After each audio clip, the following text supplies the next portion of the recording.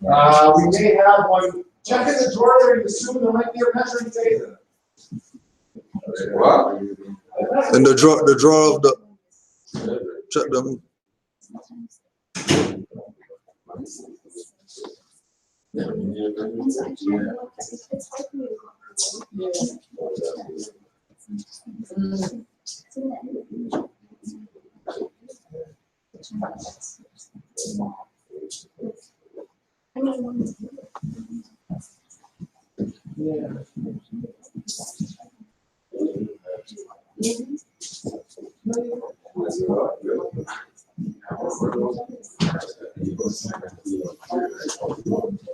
Islam Morris. Nothing there? Let's rise. What do you need? Nothing there?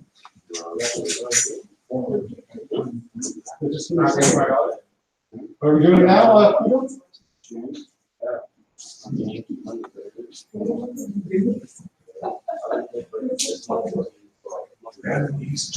Let's rise, Morris. Get started up.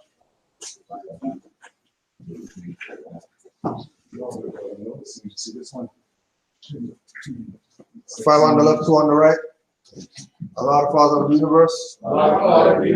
Father of love, truth, peace, freedom, and justice. Allah is my protector, my guide, and my salvation. By night and by day, to His holy prophet, noble Juali, Islam. Prophet warns all Muslims, governors, ordered to read proclamation at each meeting. I hereby inform all members that they must end all radical, agitating speeches while at work, in their homes, or on the streets. We are for peace and not destruction. Stop flashing your cards at Europeans. It causes confusion. Remember, your card is for your salvation. Failure to obey these orders will be of severe consequence. We are for love, truth, peace, freedom, and when these principles are violated, justice must then take its course. Any member or group of members who hold malicious feelings toward the temple or the prophet or violate the divine covenant of the Moorish movement will receive their reward from Allah for their unjust deeds. All true Moors will and must obey the law as laid down to them by their prophet. If they lose confidence in their prophet, they should turn in their card and button, cease wearing their turban and fez, and return to the state where I, the prophet, found you. This is a holy and divine movement founded by the prophet Noble Juali, and if the prophet is not right, the temple is not right. The prophet, therefore, is sending out a divine plea to all Moorish Americans that they do their part in protecting their prophet and the temple. This is an everlasting movement founded by the prophet through the will of Allah to redeem his people from their sinful ways. Noble Juali. To be proclaimed at every meeting. Islam. I am glad to know that I have a few faithful Moors among you all, and I desire for them to know the truth and the divine truth. There is a host of jealousy about me and the movement now, by the same people of our side of the nation that claim that I was only a joke and unreal. But now, since they have found out from the government officials and the nations of the earth that this is the only sole foundation that all Asiatics must depend upon for their earthly salvation as American citizens, they are working every scheme that they can to disqualify me so they may take charge of the situation. I have notified all these things to you long ago in the past. It is through the faithful Moors that attribute to the movement and uplifting funds. The ones that paid their divine respect to me and the movement will be remembered. That is why I am calling upon all faithful Moors to increase their faithfulness to me, your prophet, and your divine Moorish movement. I need finance and I need it badly. Never before have I needed finance so badly as I do at present, so I can shove aside the discord that is facing the nation. It all comes through jealousy because of my fame and nobility. The nations of the world will not recognize the movement without I, the prophet, being head. It has been proven by my works which I have performed in the past few years. Prophet Noble Juali. To the members of the Moorish Science Temple of America, Islam, this is the instruction from your Prophet Noble Juali. Be faithful unto your forefathers' divine and national creed, that you will be blessed for your good deeds that you sow in the flesh. Allah is the one that judges the world, and his judgment is now on, but the weak can comprehend it not. The end of time is drawing near, so says Allah to his divine prophet, I Noble Juali. And that's why many hearts have been turned to stone, many have eyes to see but cannot see, ears to hear but cannot hear, lest they will be confounded of their sins. These are trying hours now, dear Moors, and every evil spirit is moving, and they are trying every weak mind to overthrow and drag out the true foundation that has been laid. and to cause confusion in the minds of the ones that do believe. But if you have the true love of Allah and the spirit of your forefathers, you fear not what you hear or see, but will sacrifice the utmost of your very life to protect your movement and your prophet. Watch your enemies, dear Moors. Your enemies are the ones that speak against your prophet and ridicule him to the very lowest, and the ones that speak against your divine and national principles of your temples. Act accordingly, and Allah would bless you for your good work. Peace, your divine prophet, Noble Juali. Islam. The Divine Constitution and Bylaws. Act 1. The Grand Sheikh and the Chairman of Moorish America are empowered to make law and enforce law with the assistance of the Prophet and the Grand Body. The Assistant Grand Sheikh is to assist the Grand Sheikh in all affairs if he lives according to love, truth, peace, freedom, and justice, and it is known before all members of the Moorish Science Temple of America. Act 2.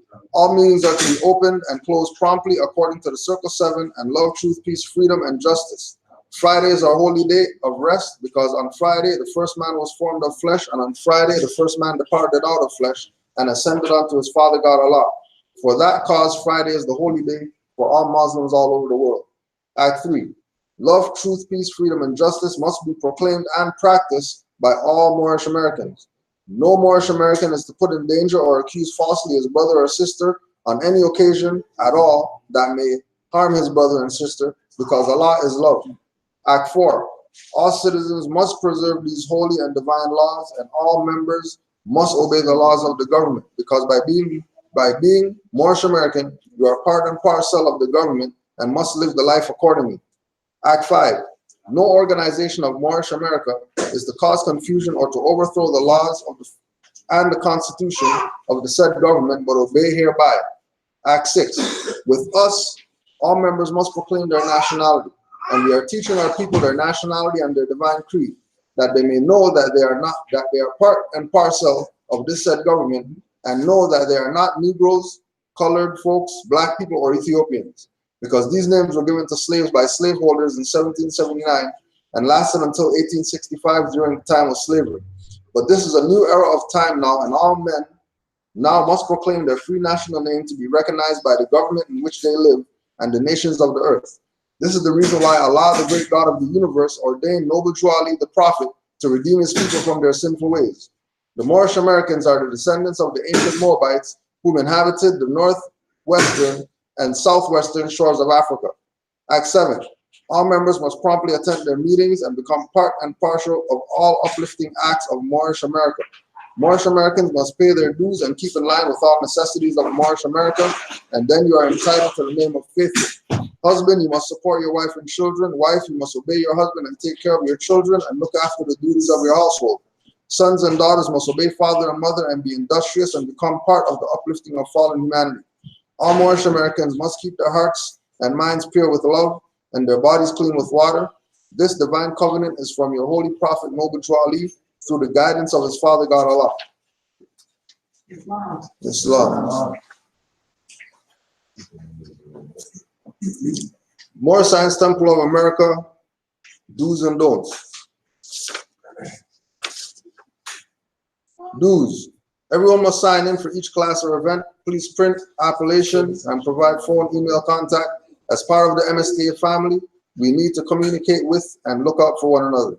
Guests may attend the first 5 classes at no charge. After this period, a donation of 10 notes per class is expected, or begin the process of being a member and paying dues, which are currently $25 per month.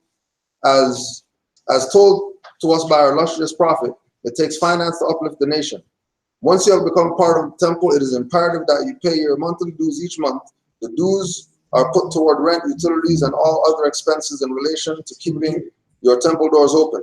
When one individual fails to make his or her monthly donation, the onus then falls on the shoulders of the administration and other nationals to pay their dues. This is neither just nor divine. If you are unable to pay your dues, please speak with any of our administration and another form of payment will be arranged, but you must speak to administration about your situation. Although we do not expect dues from children, you are always welcome to make donations on their behalf. For the past several years, we have held some wonderful gatherings, which we intend to continue on an annual basis. All of these events take time and energy and finance of our varied committees. Therefore, if you are inspired to donate more than the monthly expectation, please feel free to do so at any time. Some of our members have already been doing so, and we greatly appreciate their generosity. We all agree that the work we are doing is the foundation of the future of the young and unborn. No one will have any say in the temple business unless they have been an active dues-paying member for at least 9 months to a year, and completion of all Back to Basics classes on Canaanland Moore's YouTube. As a temple member, please obtain clearance for any temple business from the administration. Please understand that this is your temple. However, please do not see it as a means to overcome your present difficulty and then leave. Ask not what your temple nation can do for you, ask what you can do for your temple/nation. Dues. Do study, study, study. And when you're done, study yourself. Do proclaim your nationality as the prophet told us to do. There is something very mystic about this. Once you have done it, doors begin to open. Do pay your dues. Do become involved. Everyone has something of value to offer. As a member in good standing, you can make a great contribution. Do support your temple by introducing anyone you know who will benefit from this movement. Do bring your children to class, but remember that others are here to learn. Don't expect anyone to solve your problems for you. We are all on a journey of discovery, and we are all here to support and encourage one another. However, at the end of the day, we all need to stand on our own nationality and birthrights. Don't become discouraged. Sometimes some of the concepts will seem very strange due to the spell that we've been under for so long. Take the time to do your research so that you go from believing to knowing. Don't create conflict. If you have a problem with anyone in the temple, try to work it out with them with the 5 principles of love, truth, peace, freedom, and justice. If you are not able to do this, speak with administration. Oftentimes, all that is needed is a neutral party to help mediate. But first and foremost, look within and ask yourself honestly whether you are at least partially responsible for the issue. Try putting yourself in the other party's position. Don't wait for someone else to do what needs to be done. If your child is being a disturbance to the others in the class, don't expect others to do what you know needs to be done. Once you have become a member in good standing, this means that you also have a voice. If you see where we can improve something, bring it to the attention of the administration. If you have an idea that would benefit the temple, please do not be afraid to bring it up. Don't attend the temple to push your agenda. If you are a Christian, you would not use a Buddhist temple as a platform for your dogma. We know we are Moors and not Negro, black, colored. Please do not come to the temple to argue in the name of blackness or to look for recruits. Don't assume anything. As the prophet said, every Moor is not your friend and every European is not your enemy. In fact, we have had a few Europeans who have been of great assistance to the temple and the nation. Don't look back. By Mocha Elbe and MSTA administration. Islam. So we went to do our scan of our survey of the island today for the barbecue next week. They got portions of the island right now underwater pretty much. So we were able to get some secondary spaces that we're going to be using near to the same place where we're going to be at.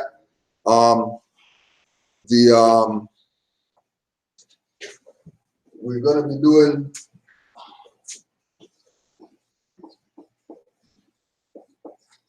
we got water taxi. We're looking at 10 a.m. to 10:15 to be on the dock. Young.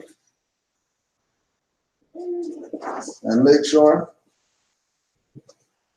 Queen Steve.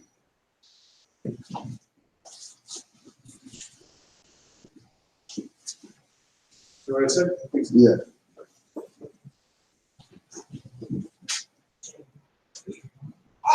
Oh, let's key again. So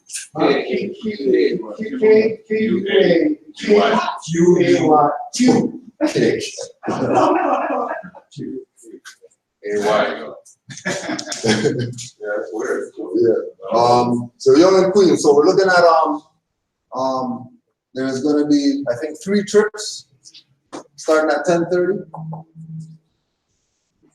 It's about 10 minutes, 7 to 10 minutes to do the water taxi over to the island. If you're on your own time, you have the ferry. And the ferry leaves, I think, every 30 minutes.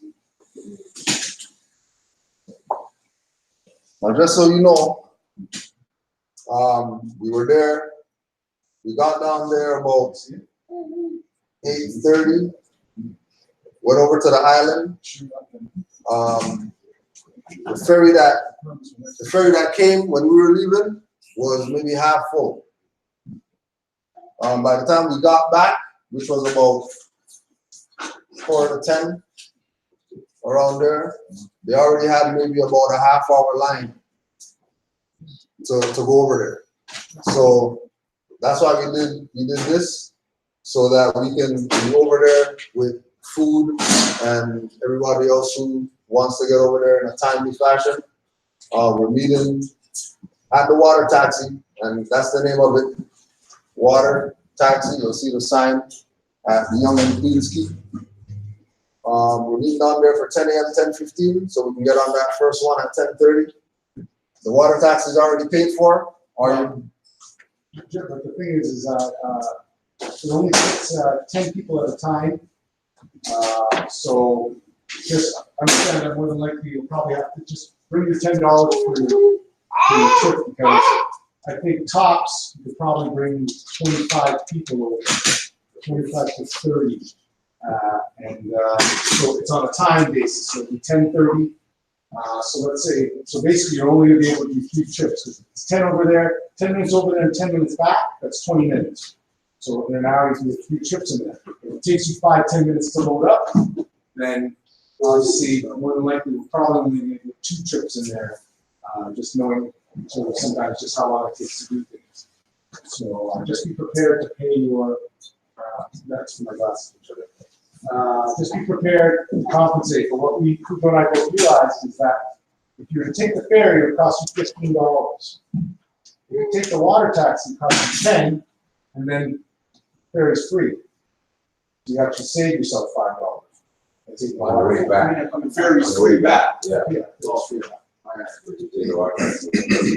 Yeah, but for those who maybe want to expedite themselves and get back, and they can do an extra for 10 and come back on the way back. Yeah. So that's next week, next Saturday? Next Saturday. The 6th of July, our 6th annual. 5th. 6th is true. 6th. So 5th. 6th.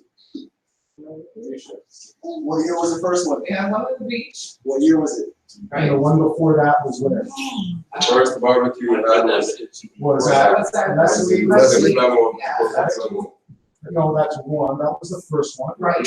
The second one was at Brimley, down at Bluffs. Bluffs. Number 2. Number 3 was High Park. Number 4 was your spot last year. Yes. Well, Yes. yeah. Yes. The 5th. Yes. Number 4 was last year at your spot. Yeah. Was There was Adult shot. driving my vehicle to the washroom. Yes. And number 5 Yeah. is the island. So 5th. Thank So you. 5th. Hey. 5th annual. There's been 6 up here for a whole month and no one said nothing. That's because More than a month.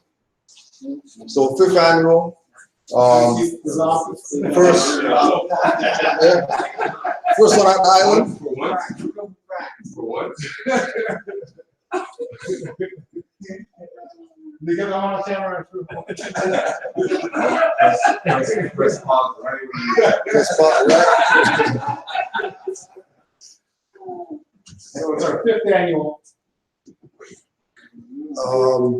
So we have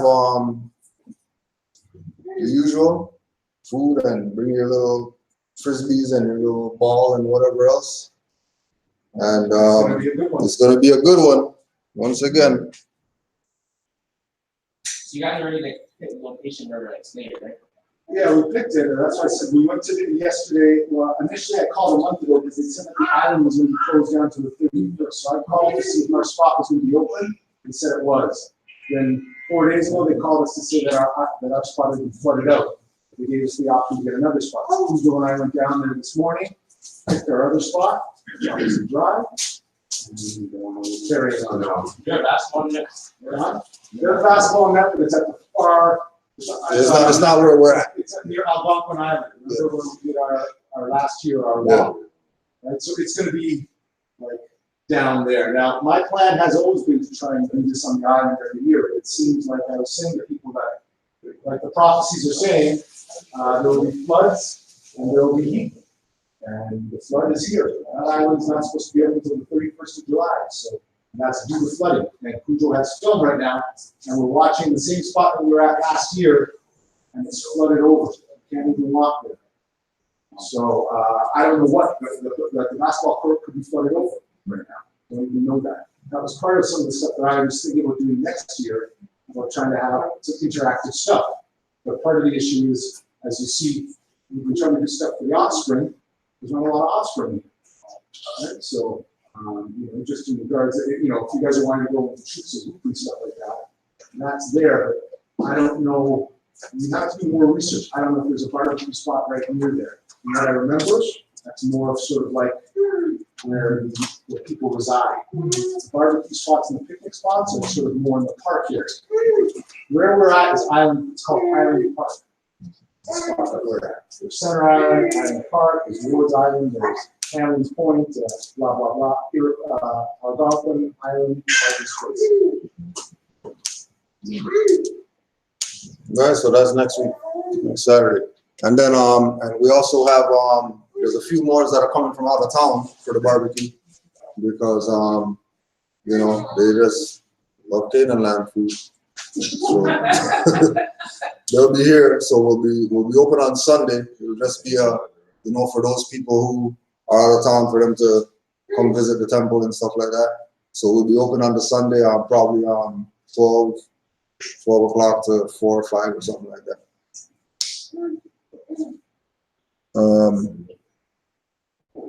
Before we start up, we just want to, if anybody has any questions, throw those out right now so we could answer any questions out there. Would a lean class be part of jurisprudence? What? Leans, studying leans would be part of jurisprudence. One of the issues with liens is that With who? liens. Means? L-I-E-N. That's. Yes. Right? So it's sort of contradictory for us to be unalienable or unalienable, but then want to lead people. It's because when you're talking lien, you're talking some type of process. And once you're dealing with process, you're dealing with them having authority. Even if you're the one that's initiating the action. Because I guarantee you that if you lien whoever, it's not your own paper that you're going to be leading them with. You're going to be going through a process to lien them, which probably is going to include UCCs, PPSA, and all the other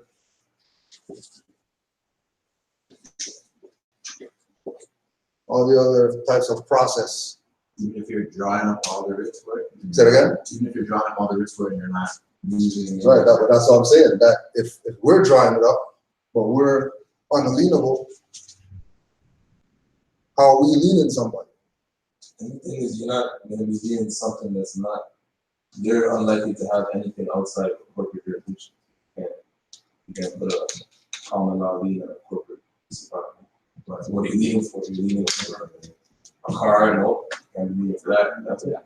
Can't be leaning for a house, can't be leaning for anything. I'm saying from a perspective where we're not being compensated for our own resources being used. Yeah, it's sue. So That's what other nationals do. We're only UCCing and leading and all these things because we're not being a nation. because majority of people who are talking about liens is from personal property perspective, not nationhood. So one, you're taking away your nationhood power by leaving, because you can't do that's like saying you can't do a common law lien, right? Because the common law is based on the group. You can't do common law lien. You can't do from the perspective of show them up. Because we already know what their track record is. We already know they're not going to respect certain things. We already know that they violate people's rights. We already violate human rights. They violate animal rights. They violate, water rights, earth rights, fire rights, water rights. Everybody gets violated by these criminals. But only nations sue them, or put out that they're going to sue them, and then they come and say, okay, here's little something. So that then still also applies then to the person who's representing the corporation as well, right? Still, because we're not going to be needing to for unalienable, we'll be suing. So then instead of suing the corporation, we'll be suing the person who has limited liability per se. To a degree, but we do have a corporation, Morris Science Temple. Our problem is that Moors aren't all together right here. Moors want to be over here. These ones over here want to lead. These ones over here want to sue. These ones over here, they don't even want to get together with anybody else to sue. They just want to go do their own suit or whatever, right? And these are the dynamics that have us where we're at.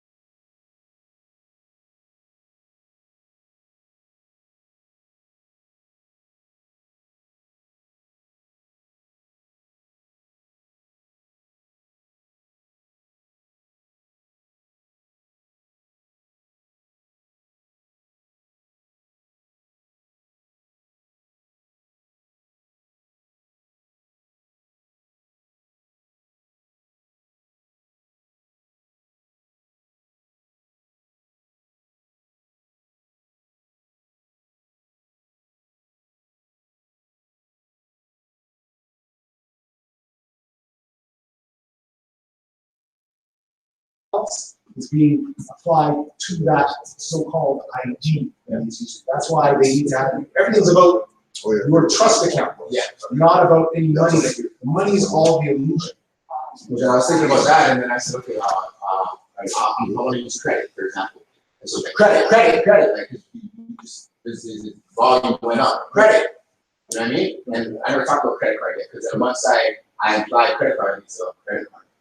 And so I'm like, okay, well, like, because I'm like, you know, my credit, because we were talking about the fiat, like my credit is worth more than this. My credit is worth more than this credit that you're giving. So like, I want to use credit then instead of using fiat, but I don't want to use credit card. Like let this go to the trust then. It's mine. Yeah, well, but it's not really yours because it's in all caps.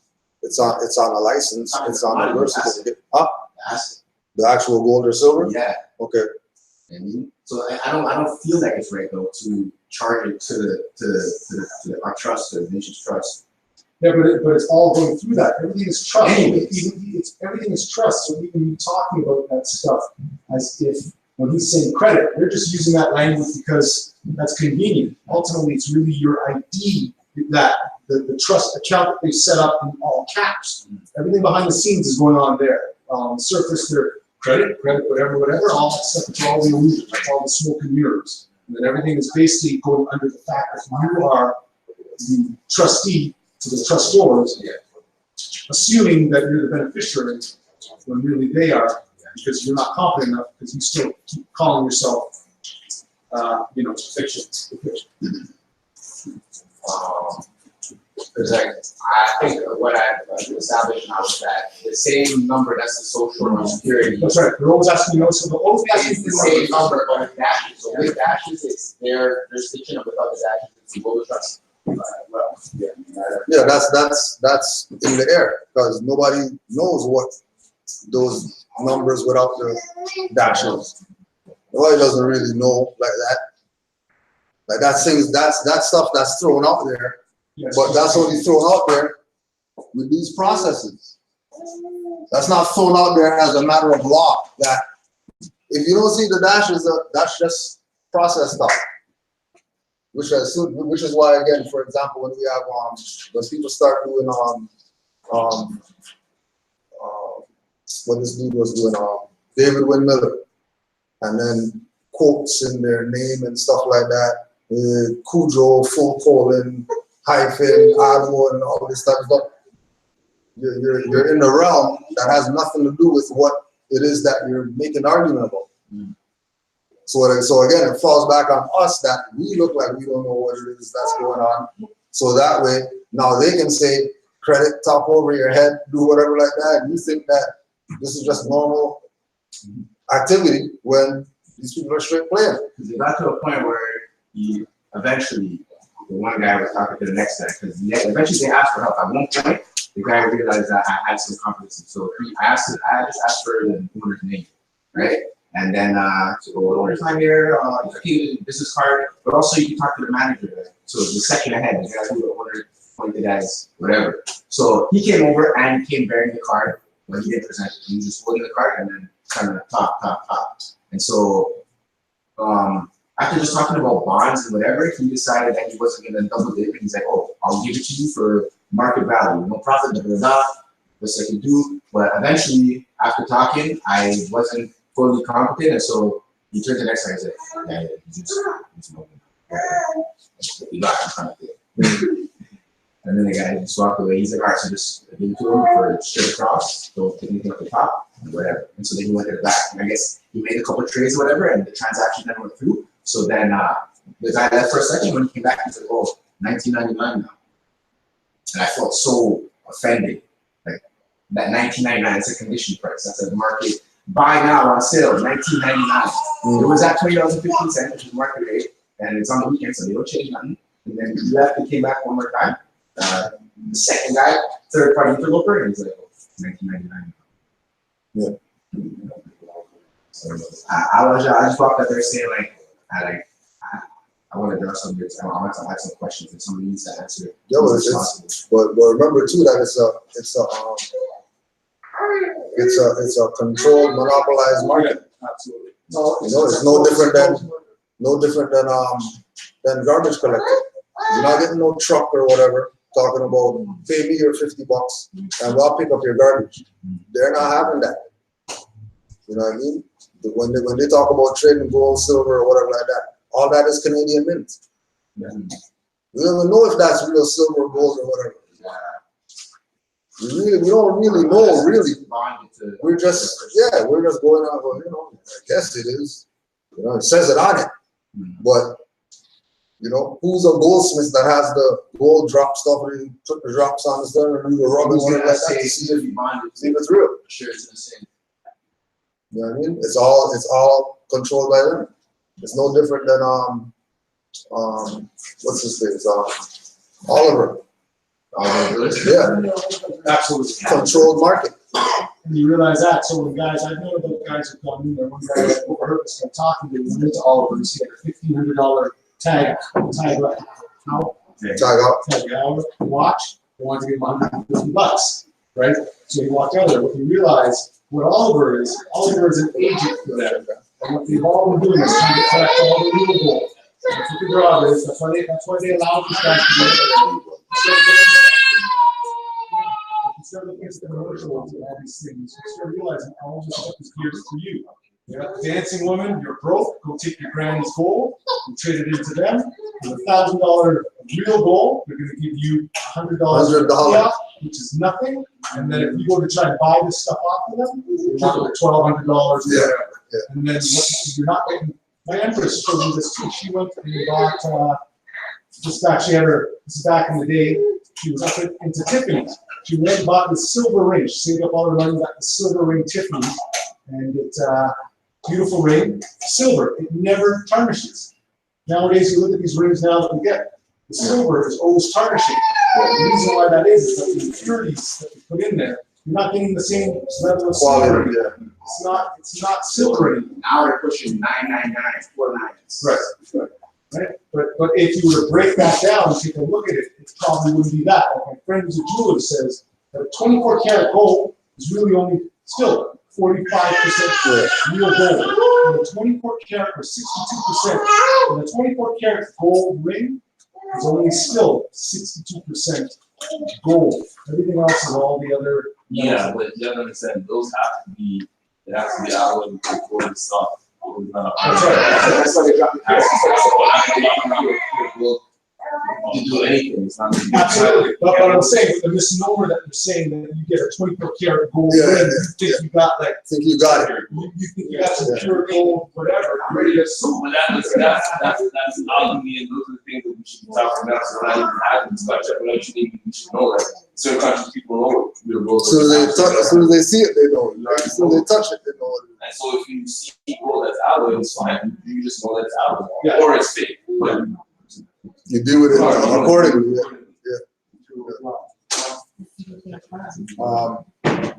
That's not actually, you want it?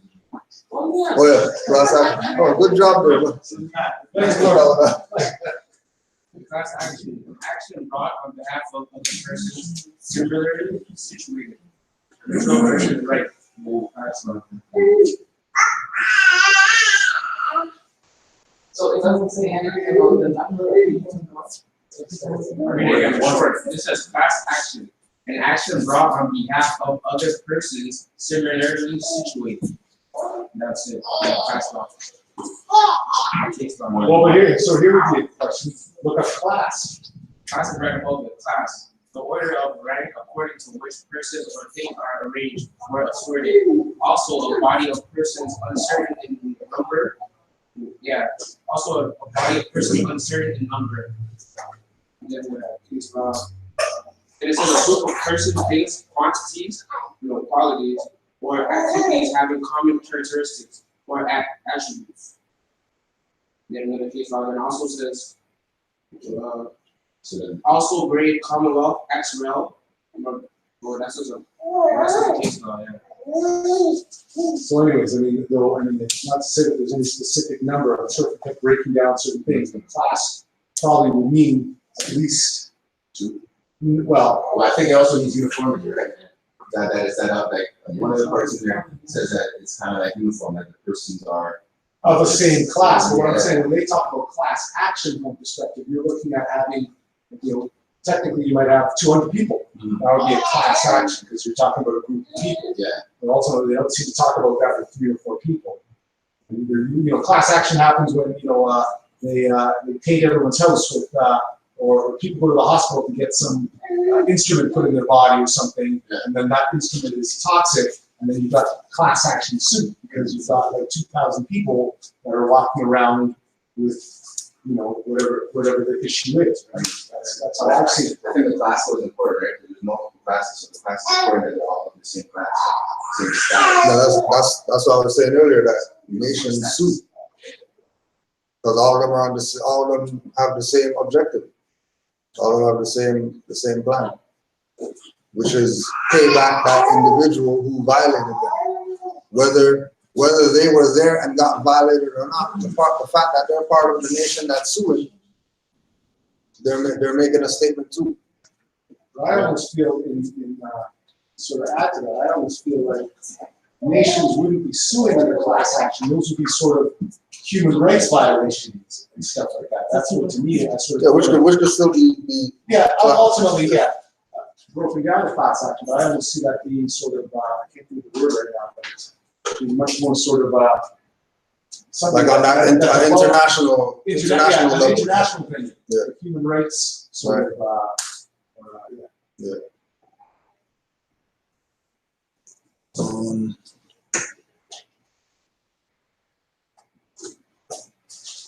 No, brother, yes, we wanted to do is reading because he has to leave soon. So we can get that in right now.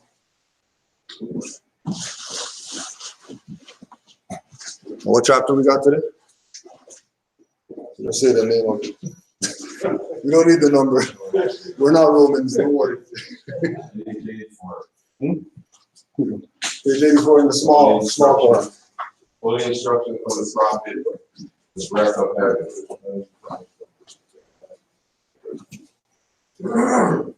What instruction, sorry, now? Holy instruction from the prophet, the breath of heaven. Page 84, grab the smaller.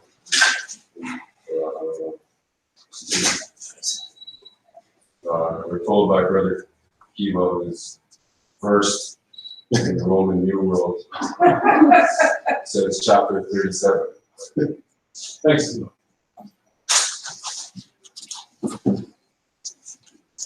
Yes, Sunel. Long word. Wow. Wow.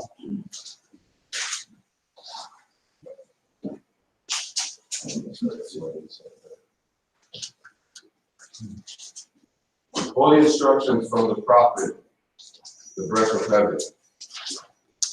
Want not thy body, because it was first formed, nor of thy brain, because therein thy soul resided.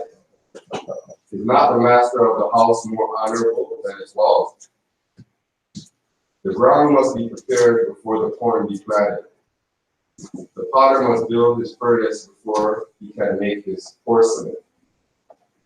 As the breath of heaven saith unto the waters of the deep, this way shall thy billows roll, and no other. Thus high, and no higher shall they raise their fury. So let thy spirit, O man, actuate and direct thy flesh. So let it repress its wilderness. Thy body is as the globe of the earth, thy bones the pillars that sustain it on its basis.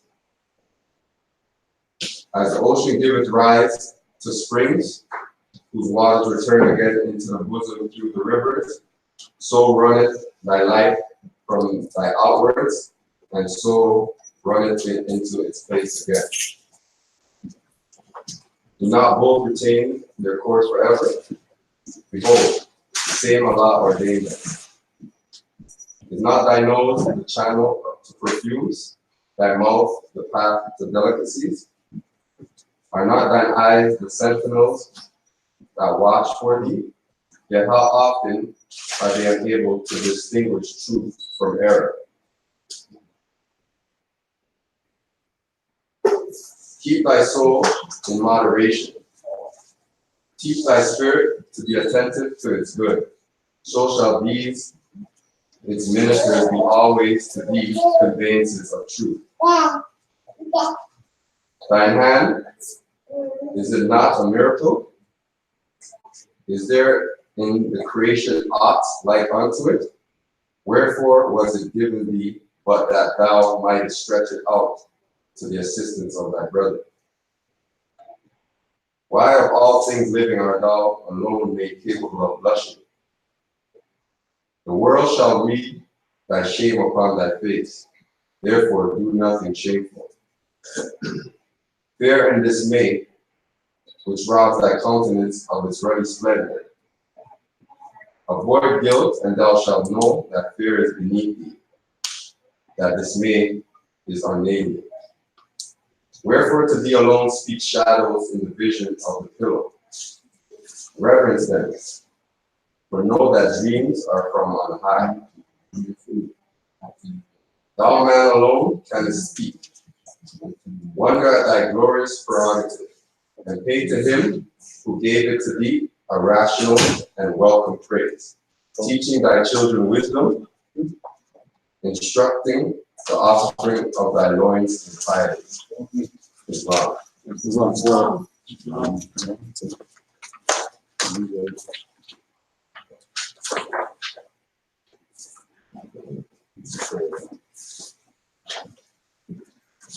Any thoughts? Full instructions, breath of heaven.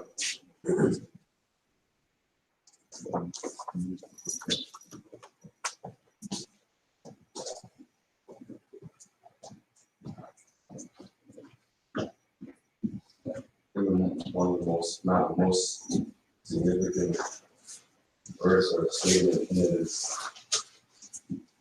where he's talking about our hands, right? Yep.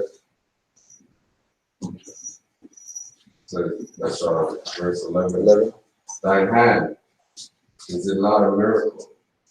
Is there in the creation aught like unto it? Wherefore was it given thee, but thou mightest stretch it out to the assistance of thy brother?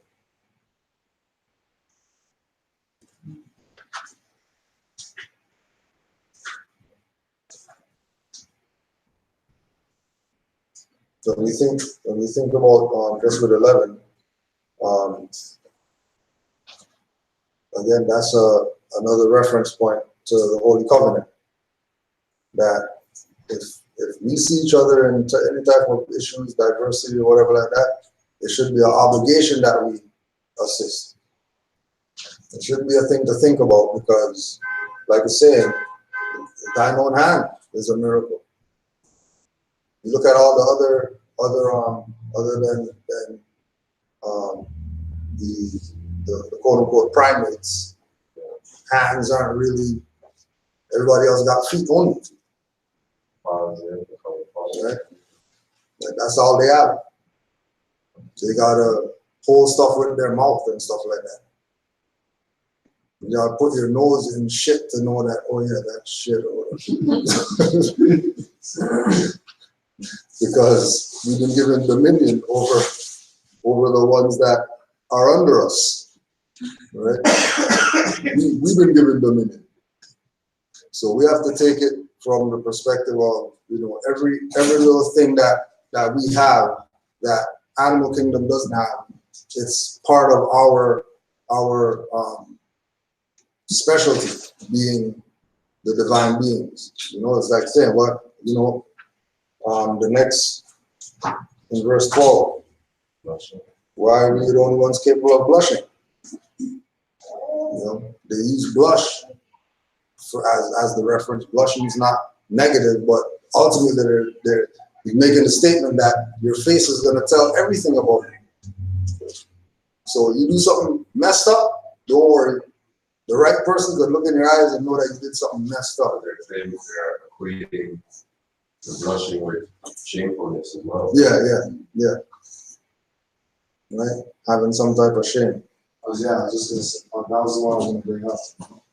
Yeah. All right, there. The world shall read thy shame upon thy face. Therefore, do nothing shameful. Simple.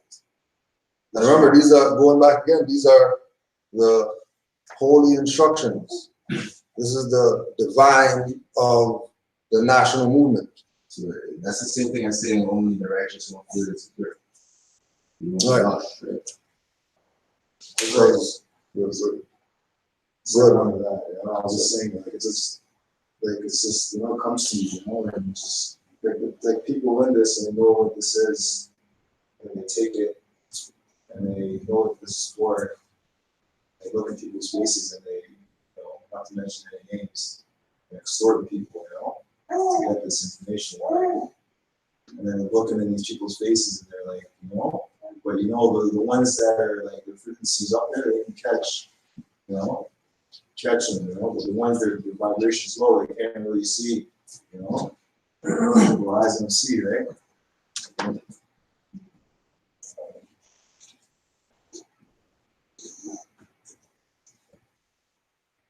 What I got from this, the breath of heaven, I understand that the breath, to me, is the spirit.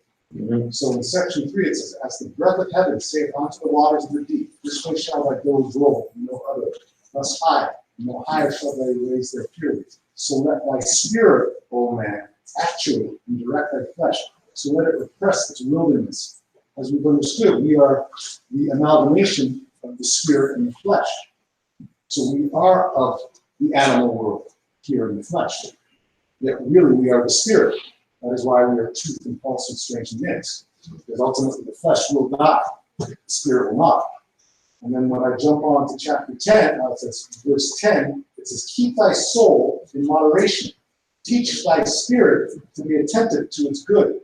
So shall these, its ministers, be always to be conveyances of truth. So those are just some of the things that speak to me about how really it's all we can be as wild or as constrained as we want to be. Or as we shall. Really, our duty and our work is to keep that narrow path. Keep it tame or control it. Keep it tame and control, because we are those two hence the things. animal. Because we are those two things, because we've decided to want a sport in this realm. Is that like I'm not hard to distinguish between soul and that, because the spirit and the soul are not being pulled as the same thing. Is that Well, remember this. So watch this. So in the next chapter, it says, "The brought not thy body because it was first formed, nor of thy brain because therein thy soul resided." So I see that the soul is to the brain what the spirit is to the soul. Right? So these are the evolutions, right? So in the brain resides the soul. So then how is soul melanin? So, well, you see, Those are defined in chapter 1. Because what is one of melanin? Melanin is a super out there. What it's supposed to do is it's to interpret consciousness. well, so to me, what you're trying to do is you're trying to define or to try and encapsulate what a spirit would be, No soul. or what a soul would be in a physical entity. You're saying that the soul resides in the melanin, in a sense, but I see the soul being what the brain, what the consciousness of the brain is. Because all the information that is transmitted to melanin goes to the brain. Well, yeah, but to me, I see that you're looking at the process, not as the result. You're talking, so for example, you're talking about the cord that runs the electricity. And I'm talking about the copper. Right. And I'm talking about the electricity. Yeah. Right. So they're one and the same. What are we talking about? Are we talking about what the electricity is doing, or are we talking about the copper? One is the power, the other is the force. In a sense, absolutely. Absolutely. If we just go to the first chapter, the creation and fall of man, might clear that up a little bit. But then I also wanted to jump before you get up here. This one was very deep to me. 14. Wherefore to thee alone speak shadows in the vision of the pillow. Reverence them, for know that dreams are from on high. And for me, that's some of the stuff that I started to look into. I'm sure we've all had wild dreams. But to me, I see that's where our soul ends up leaving our body to then go and sort of experience the things in different realms and different dimensions. So, yeah, this is a deep dive. You know, Rihanna reference there? Rihanna. Sound like you're singing the song for a second. So it's all called Wild Dream. I didn't know that. Tell us. Tell us.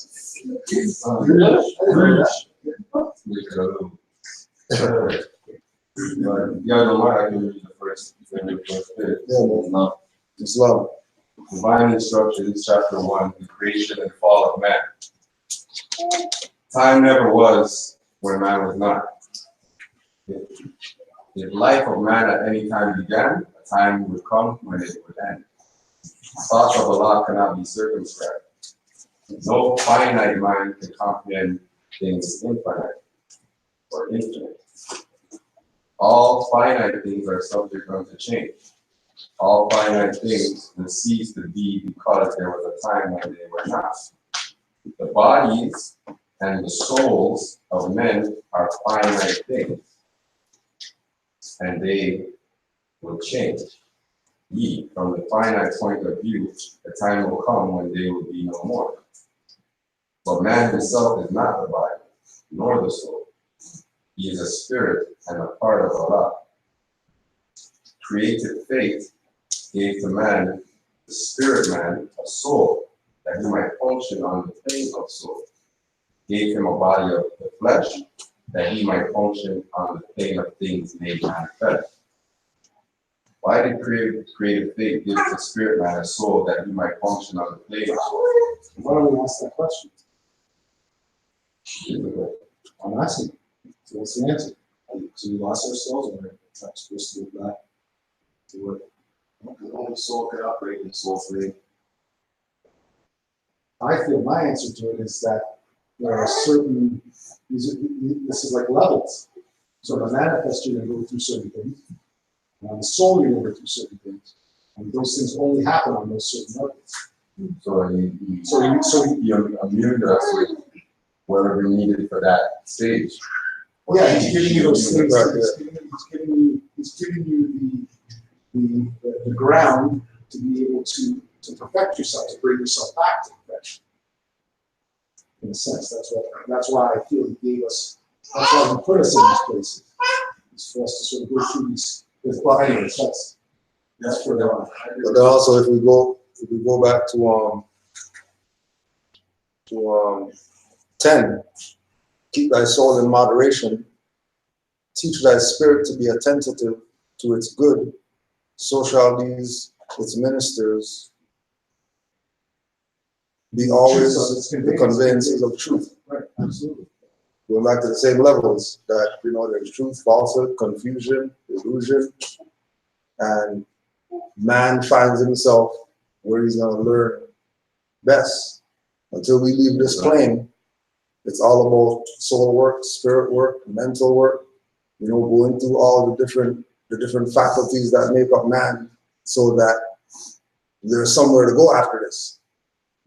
Opposed to coming back here to go through this stuff again that we already know that, we've been here, done that, to have to be back here again to go through certain stuff that we've been through already means that obviously we didn't have the lessons of the difference between, like they're talking about in chapter 1, going right up into the holy instructions, holy breath, social duties, all these different things that are supposed to get man to that level where, there's no confusion. Man knows that he's alive flesh, not being confused with, well, are we the soul or are we the mind or are we whatever, so that there's actual clarity in our comprehension or understanding of these truths that are being conveyed to us. My sense is that the truths, the challenges that we face on each level, it speaks later in the chapter about how we don't leave this form until we've actually conquered the challenges that we have. I was thinking about this a couple weeks ago, about what would the soul plane really look like? If really we're connected to the soul plane, if and when we leave this, because it says that once we leave the flesh, you're going to have a whole bunch of stuff to do on the soul plane. But if the soul is connected to the flesh right now, a lot of things you're doing are in the soul plane, then what would the soul plane look like? Because it also talks about how Yeshua, when he had passed forward, he went on to deal with the masters and the matriarchs on the soul plane. So what does the soul plane look like? Yeah, we didn't even have a look. So he's talking about the soul We plane. didn't even have a look. Huh? We didn't even have a. Right, but wait a minute, but he was talking about certain things happening on the soul plane, where there was, it talks about him releasing certain souls Right. that were trapped on that On that plane, yeah. as well as masters and other matriarchs that were there, and that he built with those people. Yeah. So what is that soul plane? Yeah. What challenges are we facing on that plane? Until I you thought to myself, get hold there. on, but then I thought to myself, wait a minute, this is to me the book that tells us that the work that we're doing in the flesh is also preparatory for the soul. So what things can we do in the flesh to help engage on the soul? That's everything in the book. It's not. But to sum that up, I would feel like the soul plane is like, that's like all within, right?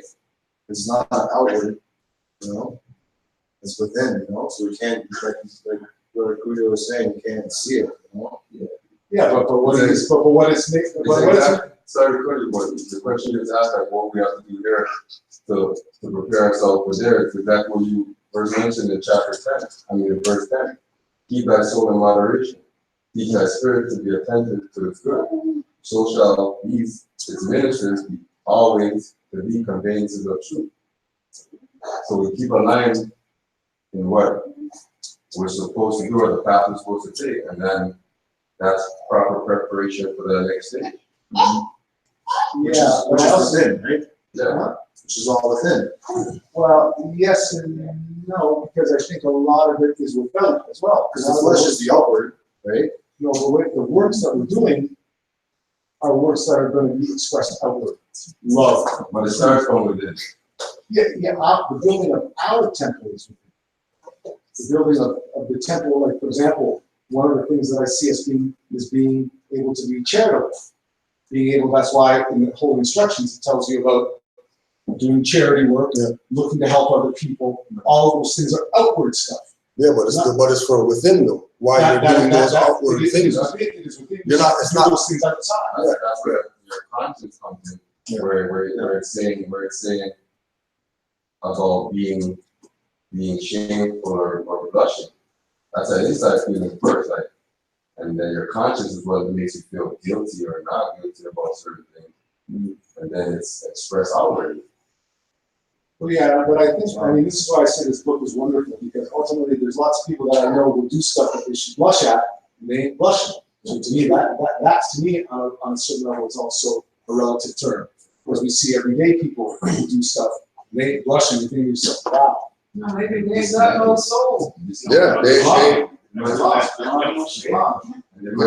haven't kept their soul in moderation. then sometimes because of your intention, what you know you want to do, it's practice. Inside, definitely, they could possibly feel guilty, but their practice not to show it in their physical form. So you'll never tell. But inside, they're getting eaten up. Their soul and spirit getting eaten up and deteriorate. But physically, you can't see it because they're so ashamed that they have to practice not to make anybody else see it. Yeah. Or suppress that shame or whatever it is that they got to do. Yeah. Because again, it's gonna show on their face that they've done some whatever it is that they did. They don't know what they know. And now they're exposed. All right, you want to continue on, finish off Anybody else? creative thing? But No, we're We stopped that function on the plane of soul. yeah, that was just because we were talking about Oh, we the just soul, okay. the soul spirit reference. Yeah. I thought he was gonna read. you don't tell them. No, it's okay. It's whatever.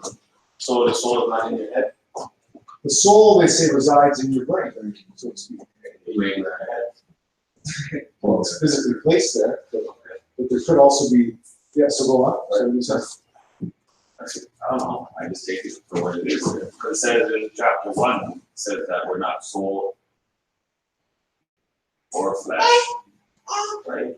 Yes. It's saying that It says those, that soul and flesh are finite things. Right. Right, so if we're not, we can't just, I don't know, this seems super simple. Like we're not soul and we're not flesh. Right. but yet, Because man is spirit. but Yeah, yet, the but likeness yet of we Allah. are. But yet we are. To a finite point of view, because it's gonna change. But we are finite right now. Part of. We're in in it. Hold on, just one second. Not like this, driving up here, I was talking to my friend in the car, we're trying to talk about some things. I'm like, when you say my body or your body, I'm like, you don't say your body's body, you say your body. So who's the your? Who's claiming your body? Like, you know what I mean? When you talk about your body, or my arm, or my leg hurts. Right, the spirit. We are creating her. Why not? Spirit self, That's right. Even though you're talking about it, it just looks like that. You call it you, like, you know what I mean? Yeah, from my perspective on this, what our whole journey has been is to get back to the source. We're all one, and you know, Denham talks about this. There is no multiplicity. There's only a oneness. But we all think that we're different. So ultimately, the journey we're going through is to bring ourselves back to the one. That's the spirit. That's the end of what this is. Our journey is to bring us back to be one with Allah. All of us will be one with everything. But once we're one with everything, we're not anything. We're one with everything, right? So individuality comes from the separation. But it's really the I think it's back like releasing that, come back into the everything. Once that happens, then there is no separation. You see what I'm saying, right? Like you and me being separate here right now doesn't exist once we're in the spirit. We're one with each other, right? So that journey, to me, and what we're here for is to release all of that. And that's where we all have, oh, I want my Mercedes, I want my car, I want my whatever. All of that stuff is, and that's where the whole instructions come in about, and those are the instructions that we're trying to give us to be able to get us back to the spirit, to the oneness. So I agree with you, bro. That's the same thing I was saying too. Like that's why it's so simplified here. You know, there's no other dogma. There's dogma because this is not dogma. This is a straight truth. This is what it is. You have all these different religions that are causing these confusions, like you're saying, right? And they're not teaching. Just simplify like this. Yeah. Man is not neither spirit nor flesh. You know, I mean, soul or flesh, right? Man is spirit, which is infinite. And simplify like that. And if we all got these instructions, let's say next door, like where that church is right there, you know what I mean? Then nobody would run around confused, right? And it's in a way, right? Because it's so simplified. The creation of all men, right? It's not hard to take in and absorb, right?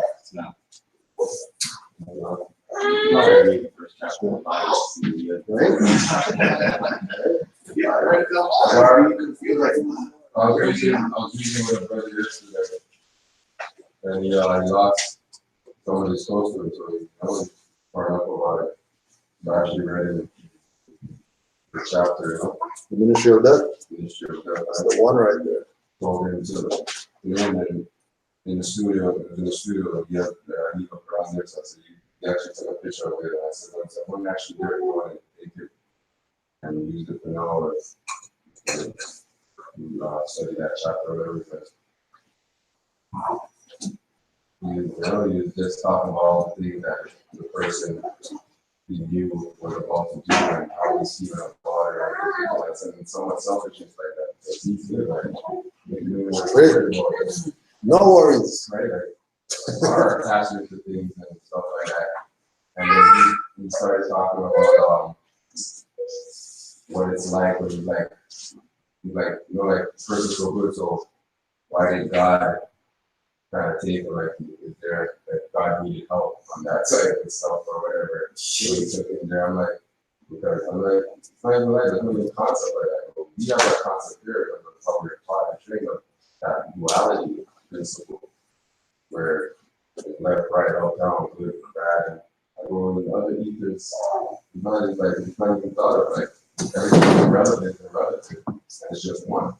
For the most part, I think for all of it, like we just have that idea that there's some, like even on this thing, like we think when we use the word negative, like we think it means bad or something. But negative can't be without positive. And negative is actually what makes things flow. Positive energy is what's stagnant. So, like positive energy is what's there, and then the negative energy is what activates that positive. But one can't be without the other, so it's just one. Right? So there's no separation. Like when you reach back to that energy or to that moment side where the energy transfers, right? It doesn't dissipate, it just transfers. It's still going back to that oneness. So it's like maybe like a, for example, maybe like an ocean, right? One big ocean, and then there's different rivers and streams, but they're all in that one ocean, but now they're taking a different path now, and eventually come back to that oneness. So it's still the same thing. It's never, when it reaches back to the ocean, it doesn't know that I was part of any river or stream or anything like that. Right? I'm part of the ocean. They've already proved that when it comes to water. They take one piece of water, let's say from a particular area, and draw it miles away, and then electrically induce things, and the other water is behaving the same way. So they already proved that. I don't even know that. It's not really immortal. Just to back up here, verse 6. As the ocean giveth rise to springs, whose waters return again into its bosom through the rivers, so runneth thy life from thy outwards, and so runneth it into its place again. Yeah. Do not both retain their course forever? Behold, the same Allah ordained them. Is it not thy nose the channel to perfumes, thy mouth the path to delicacies? Right, so and going back to that same thing, regardless of what the perfume, the nose is gonna smell it. Doesn't matter what kind of bottle it's in, whether just like the river, it doesn't matter where the river came from, whatever.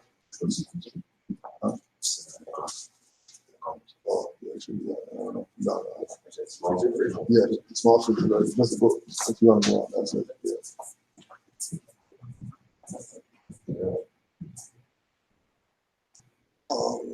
Thy mouth the path to delicacies.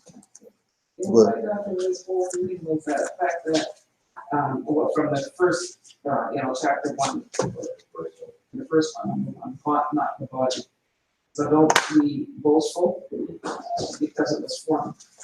Basically, from the whole passages that we're reading here, what I got was everything, as far as we're concerned here in this life that we're living right now, everything was already ordained, and we were all given free will. You know what I mean? We were all given free will, but we have to be mindful of the fact that, that, let's say the first question here is not the master of the house more honorable than its walls. The ground must be prepared before corn can be planted. Farmer must build his furnace before he can make his course. And that's us. You know what I mean? Yeah. So all of this was prepared for us. Mhm. We were given free will, and unfortunately, with that free will, we did end up falling. So these basically are the instructions on getting us back on the right path. That's what people think on too. We have that free will, so we're capable of rising. Right? Exactly. We have that. Yeah. It's a serious thing. Very serious. Any more thoughts on that chapter?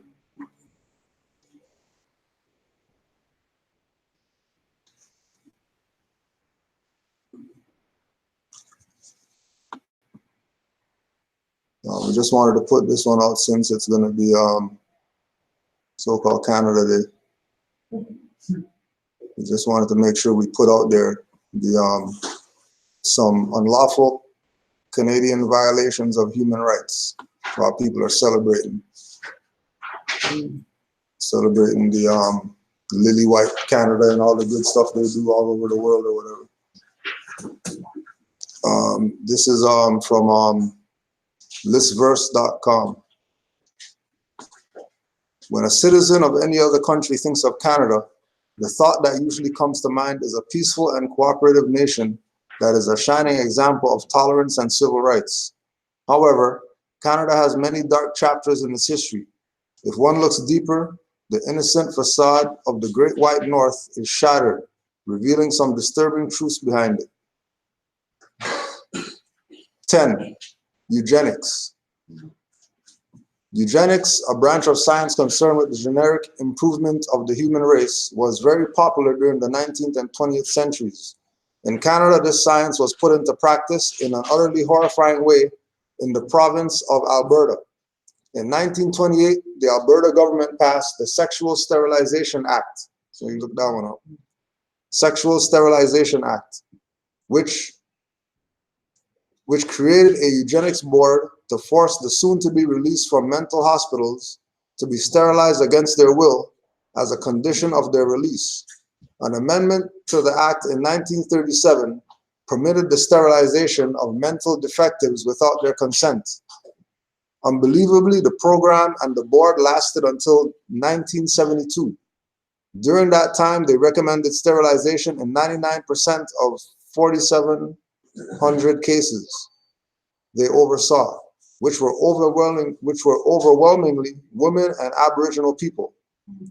It was only under Premier Peter Lougheed that the act was finally repealed and the board disbanded. David King, one of the politicians who introduced the bill to kill the act, said at its reading, "I come finally to the last reason, which for me personally is the most compelling. That is simply that the act violates fundamental human rights. We are provided with an act, the basis of which is a presumption that society, or at least the government, knows what kind of people can be allowed children and what kind of people cannot. It is our view that this is a reprehensible and intolerable philosophy and program for this province and this government." Sexual Sterilization Act. 9. Slavery in Canada. Like in America, Canada was built in part by slave labor, centered mainly in New France, which is now known as the province of Quebec. Thousands of African and Aboriginal people were sold into bondage, either bought from traders overseas, traded between the French and the British, or even sold by Aboriginal people themselves, who had little other use for those captured in wars between various tribes. Between 1671 and 1833, around 4,000 slaves were held captive in Canada, 2/3 of whom were First Nations people, and the rest mainly African. Most of these held in captivity were very young, between the age of 14 and 18 years old. All were forced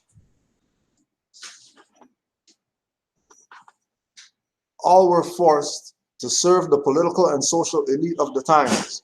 And although their treatment was much better than that endured by American slaves, they still enjoyed a little freedom and endured the pain of being separated from their families and culture. The main reason the slave trade in Canada did not balloon to its proportions seen in the United States was the principal differences in industry between the two nations at the time. Canada's main source of income was the fur trade, an industry served primarily by hunters, and Canada's farming industry.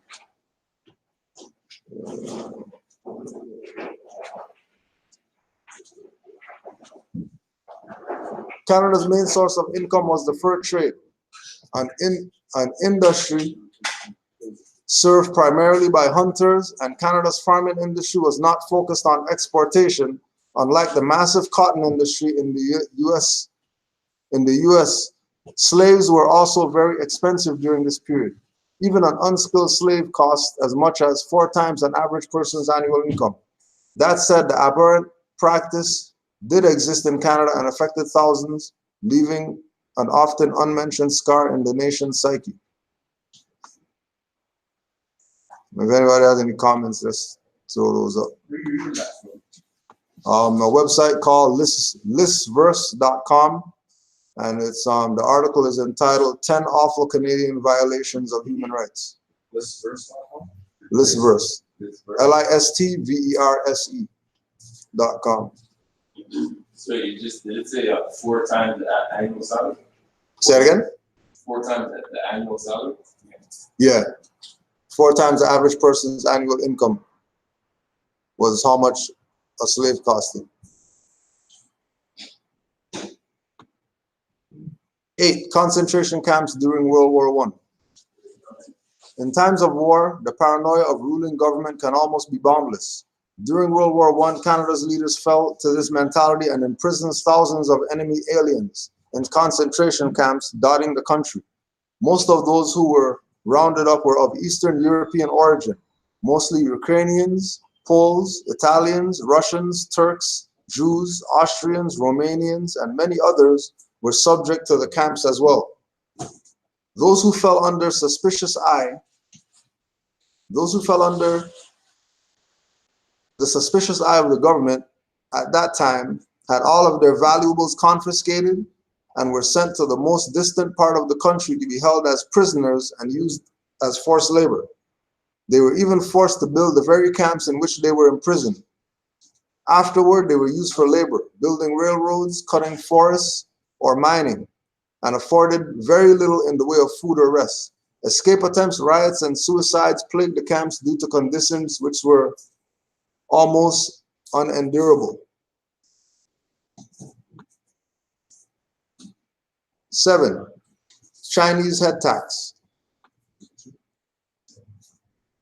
Between 1881 and 1885, the Canadian Pacific Railway was constructed mostly using the labor of around 15,000 Chinese immigrants who flooded into the country to hasten its construction because of the gold rush of the time. The work was hard and dangerous, and many of these immigrants who worked on the lines would not survive to see their completion. However, what the Canadian government instituted after the completion of the railway added insult to injury. Worried about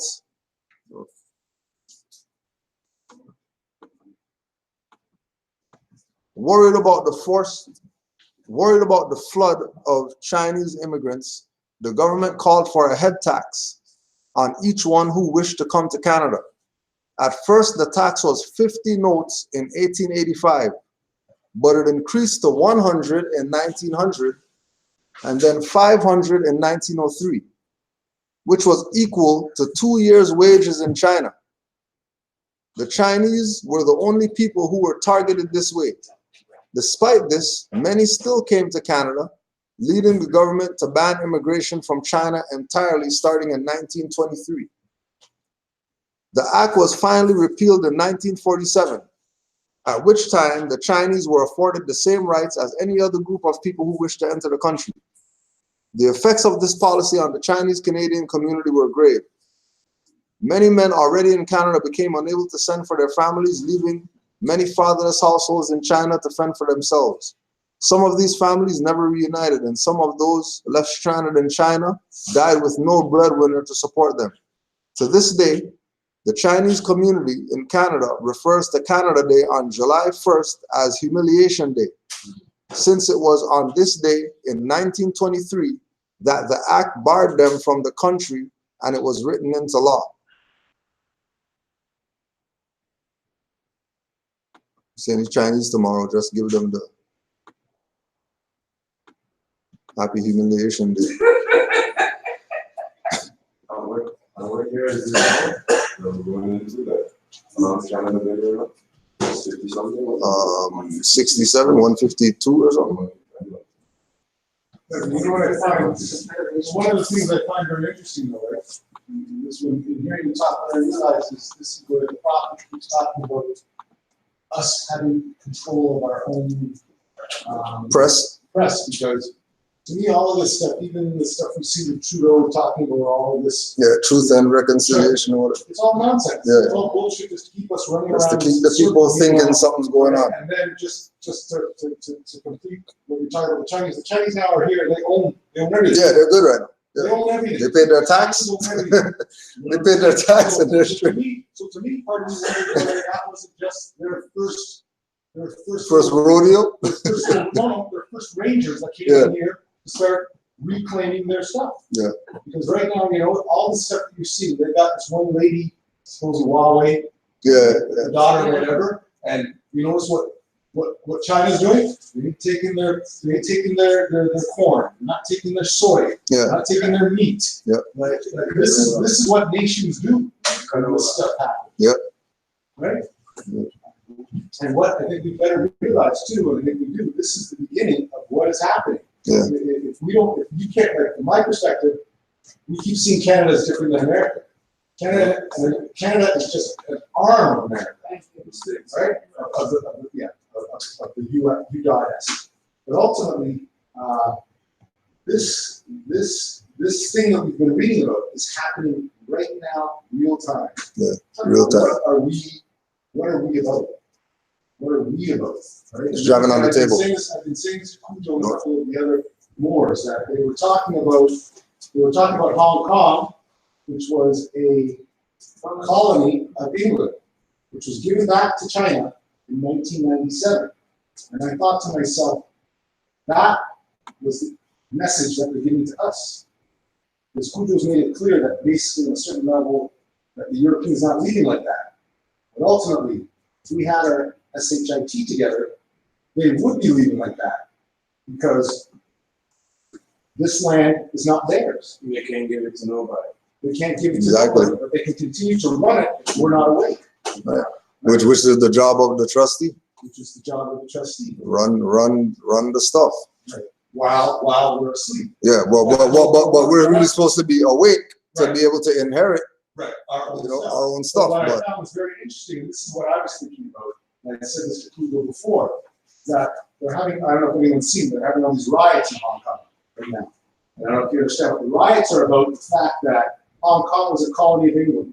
When England finally left, there was an agreement made that the laws and the way that life was running in Hong Kong would remain like that for 50 years. And 50 years ago, same thing that we talked about with us in this 50-year moratorium. And what's happening is that China is at this point already, mainland China, the Manchurians are already looking to take back their stuff fully. But of course, they've given this 50-year sort of adjustment period. And what the Hong Kongians or Hongkonese is what my empress calls them. that's a real thing, Hongkonese? Hongkonese is what they're saying, because what they're saying, what they were talking about is they were Or talking they made about, that up because of the no, why they're saying that is because, so, Kujo, I remember you and I were Yeah, talking yeah, about the little one. yeah. She's dating a guy who's half Chinese or half Manchurian. Yeah. And so she's supposed to be going to meet the grandmother. And they're a little worried because she's saying certain Manchurians are very racist against Asiatics. Yeah. And so what she was saying that my stepdaughter was going to say was that she was ni hao. But the daughter has always been rejecting being ni hao up until now. When she's going to meet the grandmother, if the grandmother's going to look at her as if she's a black lady, she's going to tell her that she's I'm ni hao. I'm ni hao, because really she is, because her mom is ni hao. Right? So therefore, she's ni hao. Right. But up until this point, she's rejecting that. She's rejecting that. But what I'm saying is that what the huge amount, and this is why I say it's all rhetoric, but the huge amount of demonstrations are, is because the Manchurians are wanting to hold some of their people to the Manchurian law, not to the Hongkonese law that was English colony law. Because, so for example, if you were under the English, if you stole something, you might be a year in jail. Well, under the Manchurians, you might lose your arm. So now, the Manchurian... the guy who wants to steal something is like, I don't know if I want to... he wants to keep the English there. Man. So one of the things that I was realizing, I was seeing this as part of the bigger picture, that part of, I think, our fall has been, is because, like we were talking about, we need to keep a straight and narrow path to get where we've gotten. But part of what's happened to us is they've allowed us this latitude, which has allowed us to be all over the place. Because if we were all structured and on point, we'd all be attaining, we'd be going to our meetings and we'd be supporting our people. Instead, what's happened is we've been infiltrated by this so-called Christianity, which has really basically sent us astray. The reason why China and these places are running the world is because they're keeping a tight ship. Right? So that I've sort of seen the bigger picture. And really, it's really about us going back to our ideology and holding our position. right? Because we wanna be Moorish when it serves our purpose, but then we wanna be, corporate when it serves our purpose. Right, so I'm just sort of putting that up to us here, that that's part of our path too. Right, yet again, it says in our divine constitutions, we've got to attend our meetings. I say this all the time, I've been saying this to people, that Sundays now are for my meetings. I don't, like anyone says, what are you doing Sunday? I got something to do. Sunday's not my day, at least from 8 o'clock to 4. I want to do something afterwards, but that's what it's going to take to get us back where we need to go. Let's not, also want to give us something to think about in the sense that you look at the tribal natives, like they stuck to their customs and their traditions, but in a way they got away from the essence. They stuck to the surface level stuff. Whereas I look at like people I know in the community, in my family, they stuck to the essence. So again, sorry. Ask them like, what did this person's ancestor look like? They'll tell you honestly, I don't even remember, I don't even care. Right? This ancestor told me this is our values, these are our principles, and that's what they remember about them. They don't remember the surface level stuff. And that served us well to a certain degree, in the sense that we know what our perspective is. So we look at tribal natives and they're looking at us, and they don't even have the decency to be respectful to us. That means they've lost something. So You up there? let's not forget what's really the priority, or at least ask ourselves, what I mean, what we think our priority should be done by. But that's the thing too, in the same way, let's touch on that. They lost that sense to recognize who we are. Just know that, but us being shoulder both. They're looking at us too, right? But in some sense, they're lost, You're supposed to be claiming to be the original. Yeah, I get it. Touch on that.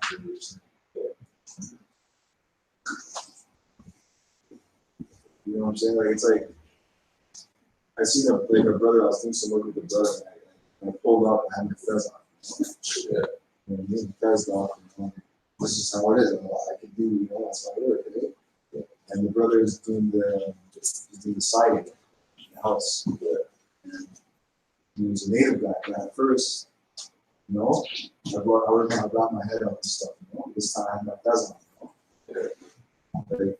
And so the reaction from when we initially met, because he's claimed to be native, he's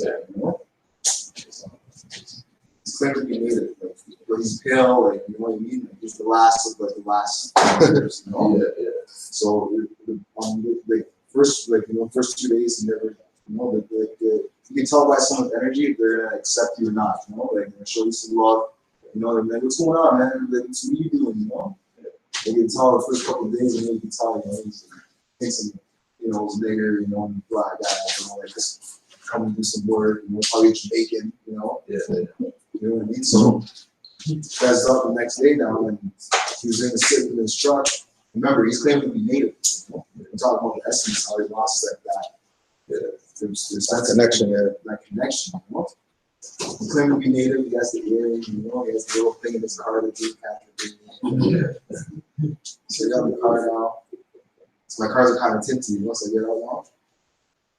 And then walk towards the garage. There's a lot more. Come on, brother. Walk towards the garage. He's sitting in his truck. He gets out. He goes, hey, what's going on, brother?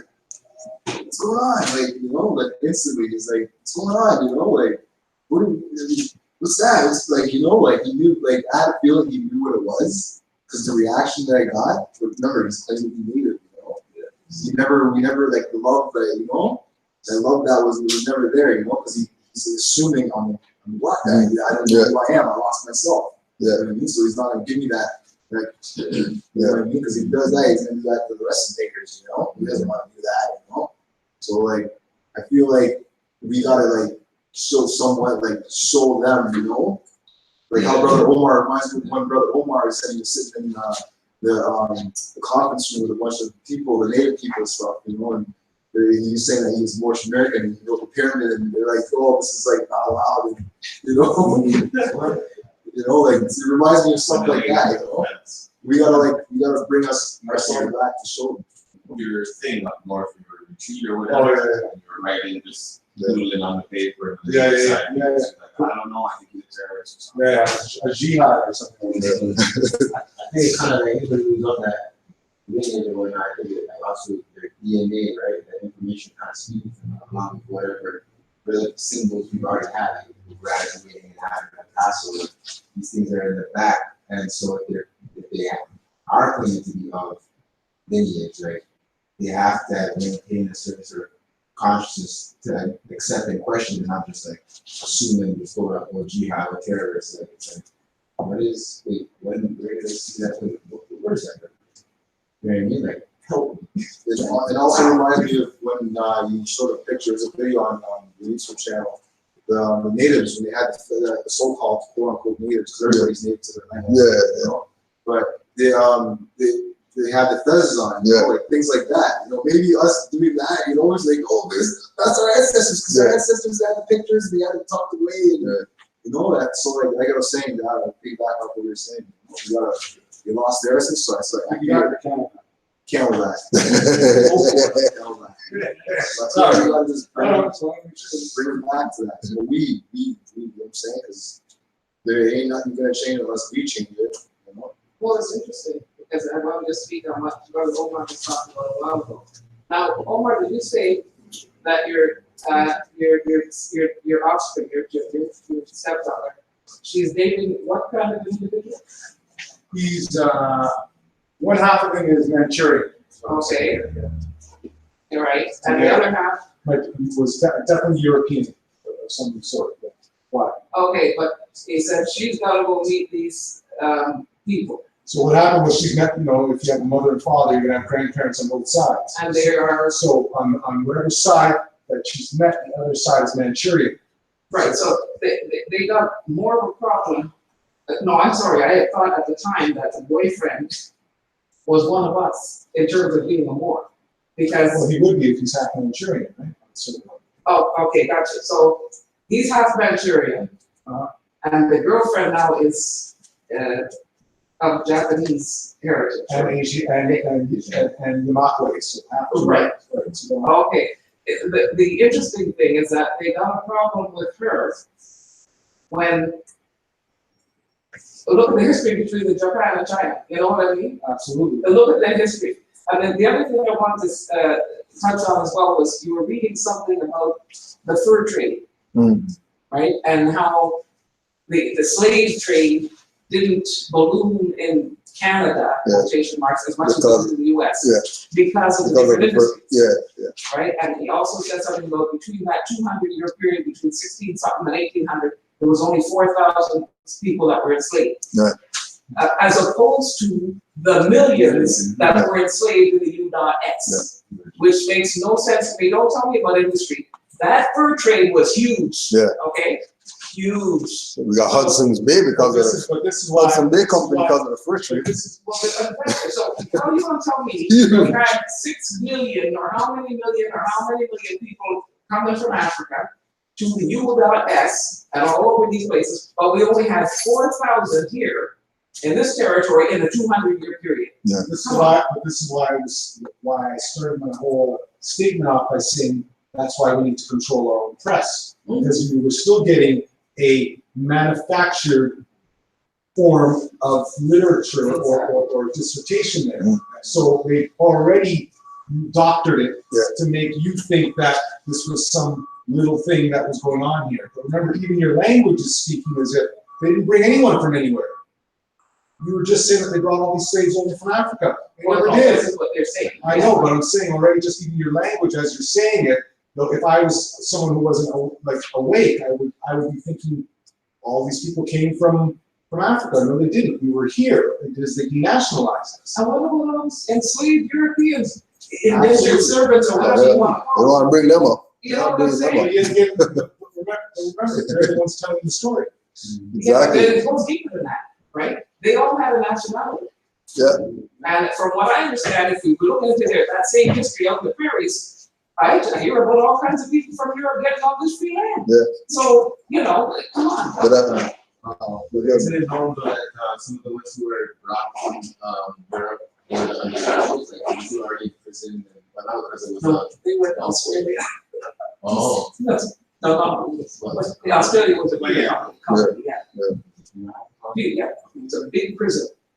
That's what it was. And yeah, so yeah, a lot of the undesirables came here too. I guess, and then of those who I guess were given manageable, so there's a lot of people. I think you gotta do your service for it first, right? And then after you can go. Not necessarily, many of them, you can check this out too, they would advertise for people to come from Europe in particular, and all this land here for you. So they took the land away from us, and they had these people come over and gave them all this 7 acres and acres of land, you know? So, yeah, everybody, you're right, people in Canada, the wonderful place where everybody's a big melting pot and everybody's great and everyone, it's a lot of BS. The same thing that happened in the so-called US happened here too. You know what, this morning I went to Mom, this way it's going to be playing with us, and I want to pay, want us to pay the taxes. So I went there, just gotta always take it out. There's some money there, he said, the boss said, you get the receipt and then you do whatever. Sorry, say that last part again. The last part, the same guy who's always taking it off. Taking out the taxes. You No, can't- he said, the owner, that's the money. So the owner said, no, you can't do it anymore. Of course, you're gonna take your receipt and then you go to the fire. So, No, I heard something like that too before. hold on. Just a little piece. So that after that, you know, I said, you already made the order and stuff, so I just don't see a road, I just walked away, get in my confidence and go to another one at 401. Go to the one at 401. In the drive-through, when I get up there and I tell them what I want, and when I get to the window, it's, you know, you don't understand what I'm saying. If it's all Hindustani, they don't understand. So I said, she said, do you have a card that he could? I said, no, not that. My credit card is just thinking. I said, no, I do not pay tax. This is my card and whatever. But you don't understand. So please get your manager, someone will understand. And then they call another girl now. She looks either, she's either Italian or Portuguese. One out of two. She said, yeah. And then she started showing. Then when she finished, she said, you see, this is not Canadian, native. They pay like 5%. Yeah. These people are the real people. That's what she said to them. These people are the real people.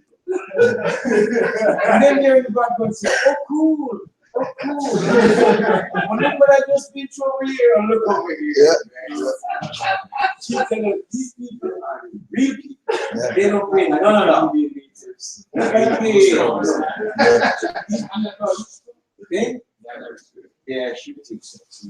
That was like I went to I was at David's spot Oh, yeah. getting some t-shirts, some blank t-shirts. Because here's a long story short. The same owner of those two merchants, the one at Black Creek and Chickawee, Yeah. he owns that two merchants, and the one at Chickawee and Jane, he owns that one, and the one at Jane and Lawrence, like on Lawrence, between Yeah. Lawrence and Weston, he owns that two merchants too. So when I've been asking these managers, I'm like, who's your boss? You guys keep saying, your boss said this, your boss said that. And you don't even want to tell me your boss's name. Eventually I got his name is Tony Diablo or something like that. That's his last Tony name. Devil. Tony Devil. I've been calling him for his like, tell Tony to contact me, and no one wants to contact me. Well, just write him a little thing and CC 50 people. He'll call you tomorrow.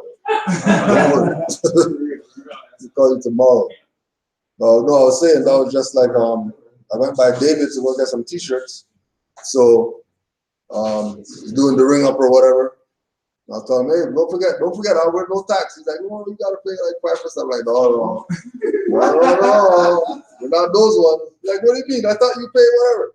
Like, no, you got a card or something? Wait, undo the card. See right down there in the red? Oh, not taxed. Hey, so I could use you to buy big items.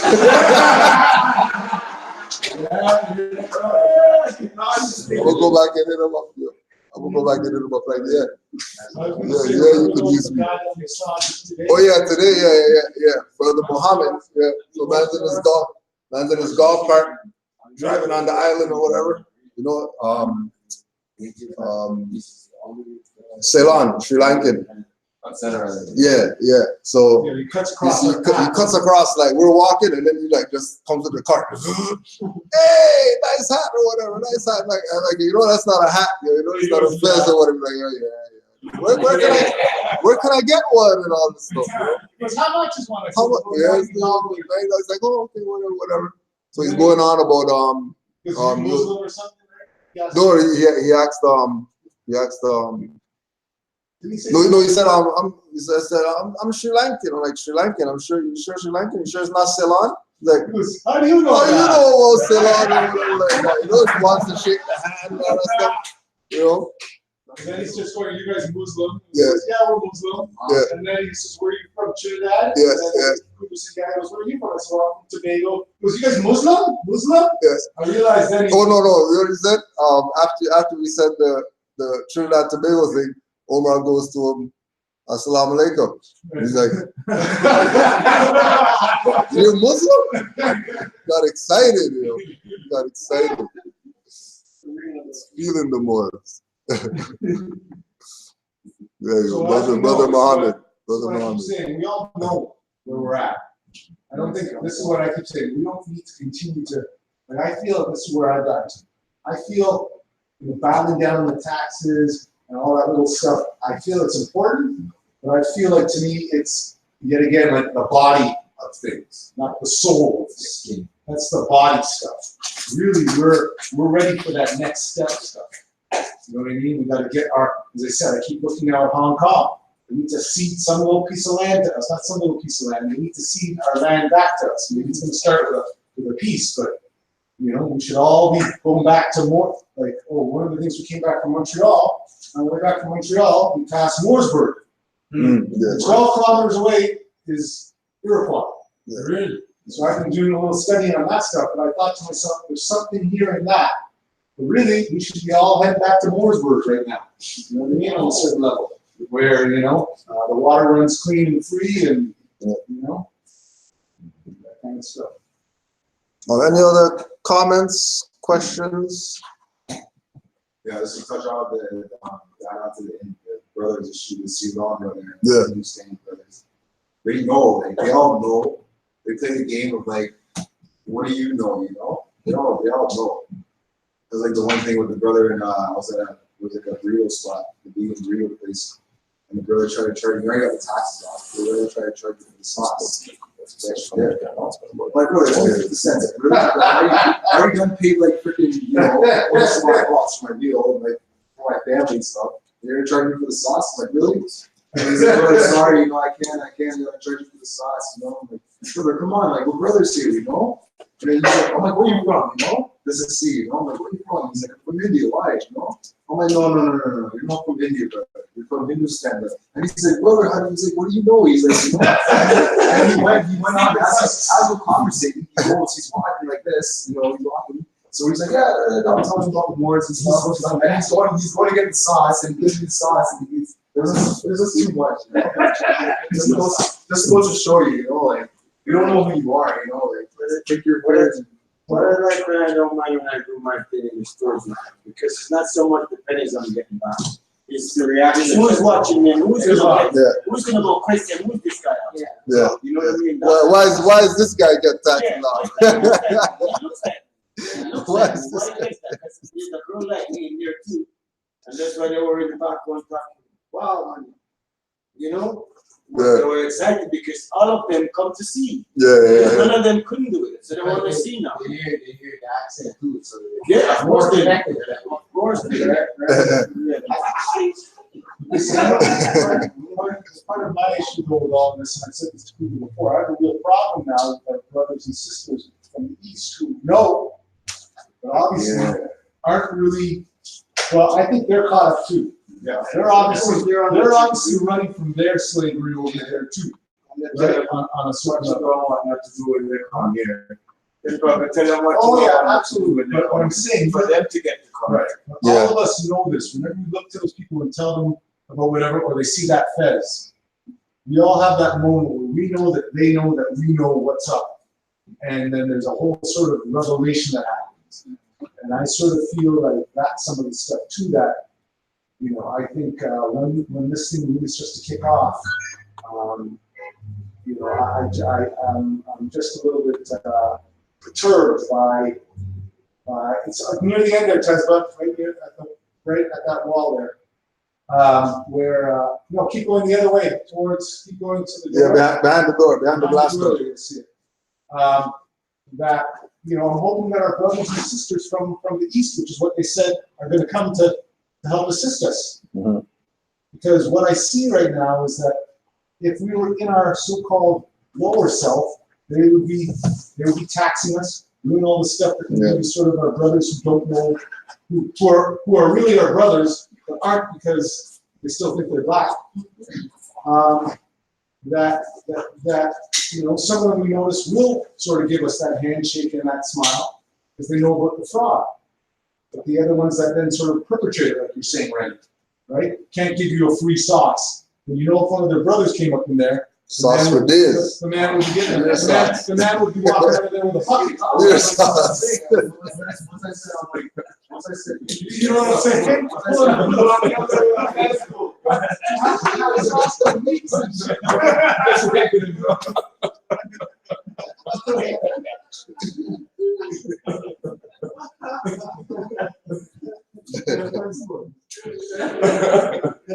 You're gonna give a demonstration then? Is that your point? Yeah, so I just before you go, I just wanted to read one. I was saying this, I just want to read this before. This is just to the bodies out here. This is Introduction to Administrative Functions. Administrative and administration relates to the operative charge, the moral subject action, and the ethical management of government. In law, the act of administration or the function of an administrator is to met out or to act as an executive or trustee for an organization, an association, or a body politic. Thus, administrative pertains to administration and executive functions. Executive relates to or is adaptive to the putting into practical effect the plans for projects, for business, for civic relations, for social programs, and for work programs, etc. A trustee is one who holds property in trust in a body of men or women who hold property or responsibilities to manage the affairs of an organization or a foundation, etc. Function is the specific, the natural, or the proper action or activity of anything. It relates to the special duties, responsibilities, or actions required of anyone who holds an office, who has an occupation, or who is in a particular position to play a role in the operations, the quality, or the performance of such a position or duty. Administrative functions shall serve as a fundamental instructional instrument or tool for instituting basic and elemental operations of government order. It is necessary that the Moorish Americans, and particularly those who hold positions of authority in the Moorish temples of science, to be at all times cognizant of their moral and ethical responsibilities to the Moorish nation and to the people at large. They must be upright and just in all their actions and activities, in the manners of governance of the Moorish nation or with any group of Moors / MUURS Moors. It is the solemn duty, the obligation, and the honor of all Moorish Americans to reinstitute those high culture principles of our ancient mothers and fathers, being love, truth, peace, freedom, and justice. For we are striving to uplift fallen humanity. We must therefore be true to the humanitarian cause of the Moorish movement and approach our relationship with others with justice and fair dealing. Those in leadership and authoritative positions must act with honesty, integrity, and prudence, and know that the nation's offices held by them are not for their own selfish gain, nor for arbitrary or vanity, but are by right the province of the people. Read the Holy Quran, Circle 7, chapters 29 and 30. Important note, nationality is free, for it is a divine and unalienable right. You are who your forefathers were without doubt or contradiction. It is, however, vital to the interest of all Moorish Americans to work for unity and to support their government. The function of government is to the service and preservation of the rights, liberties, and property of the people. All Moorish Americans must be sincere in acts of good government, to that which is fair and right. We must have the same desire for the uplifting of the ignorant among us as for the improvement of the wise. Be true to this great humanitarian cause and purpose as it serves for the benefit of others, as we would have it serve justly for ourselves. Islam. So I just read that because, you know, what TESBA is about to do, and this is what we strive for here, is to hopefully get ourselves back to that place where our ancient forefathers and foremothers are. And since time is an illusion, we are that process right now. Islam. Islam. So I have an event that I'm going to be hosting. I still need some help to get it going. Basically, it's going to be an art exposition, Moorish visual art expo. When I talk about art, I'm talking about historical art. And the first event it'll be like a focus on North America, right? So, and these images, these are like historical first-hand depictions of people from both the West Coast, East Coast, Georgia, Tennessee area. And obviously, you take a look at those pictures and see those are all Moors. So these images, though, they're coming from museums, they're coming from archives, they're coming from collections, and then they're put up online digitally. So if you know anything about the print world and the digital media world, the image is not necessarily where at a point where you want it to be printed out at any size. So I still need help with design work to either fix up certain images so that they can be blown up. We'll have maybe like one or two that'll be in large print, and the person can like either bring home and put on canvas. So you're selling them, or they're going to be? Yeah. So what we'll do is there'll be an auction for the larger pieces, and then there'll be smaller ones about the size of the ones that I'm handing around now that people can buy or be part of a package. And so we'll have these up on the wall. We'll have the place, a certain prepared a certain way with a certain layout. 5 principles most likely will be catering. So there'll be food for purchase. There'll also be refreshments. So we'll figure out a way to refreshments for free. So that'll be an event. You can invite people who have questions, people who are interested, people who are learners, visual learners. We go online and we do a lot of talking. Some people don't learn very well that way. We give a lot of references. Some people don't want to read a whole lot, even though they can. You have to give people, it's best to give them the type of media that helps them to learn best. So, as a way to expand the use of the temple space, the booking is already set. I don't have a date yet, but once we have some assistance from people involved, then I can set a date. If I can't get the right involvement through the temple, then it's still going to happen, because obviously it's not really a lot of work to be done. It's just it just makes sense having the right people to do certain things. So how will the auction happen? You'll have sort of a piece up there, and then we'll be saying who. That's something that sort of it'll whatever makes the most sense. But right now, still looking for digital designer, interior designer, decorator, promoters, and then people do servers and people do research. But in the long run, I'm looking to have maybe like a series. So we'll do maybe South America, or we'll do the entire hemisphere, then we'll move on to something else, or another time, another space, to continue on the Moorish theme. But I think the first one of the most crucial things is to connect people with that concept of North America also being a place of very melanated Moorish location, historically, right? Especially through the colonial era, pre-colonial era. So if anybody's interested, just get in contact with me. I'll leave my email on the board, but I gotta get one just now. And let me know if there's any of these areas that you want to teach in, or you want to be involved in, and we'll make it happen, all right? Islam. Those areas again? So, digital design. So hopefully the thing is you have to know how to compress and decompress files, digital media files, or we may have to actually go to the source and purchase the file digitally or physically, just to put on the event to make it happen the way that we want it. It'll be the type of thing where it'll probably be a dress code. So the dress code will be if you want to wear suit tie or suit tie, but you can also wear cultural. So cultural or dress up type of thing. And so it'll be really geared toward that, conscious, I'm saying you'll see contracts between student high and the more. Right, yeah, sure. And that's just because it's gonna be again open to the public and the type of event where you can invite people who don't wanna listen to people talk a whole lot. They can just walk around and look at stuff and have the pictures say 1,000 words, if they say, right? Another question, in terms of, Yeah, visual design, so most likely, if you have experience with like either Photoshop, any of the Adobe suite, the visual platforms, or like Corel or any of those equivalents. Interior design, decorator, promoters, servers, and researchers.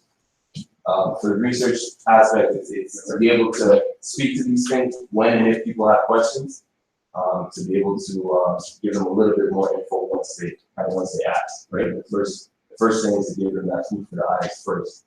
Like I said, because some people do gravitate toward visual and more than anything else. I got a good question. Yesterday I went to a art show. It was mostly Morris. There were, I think, literally it was Morris around there, unconscious. Yeah. And in particular, there was one artist who he had some nice art. And after I didn't look through his catalog, but I finished discussing with his sister unconscious because she had a clothing apparel that said black, father, black, this, black, that. I said, I like the design, but I don't like that. Yeah. So after telling her why not and that, but since that conversation, and my boy who I've been trying to give information to, is hey, look at this. And the artist who I bought some stuff from, he had a picture from here down, and the name of the photo was More. So hey, look at this. I'm gonna tell her.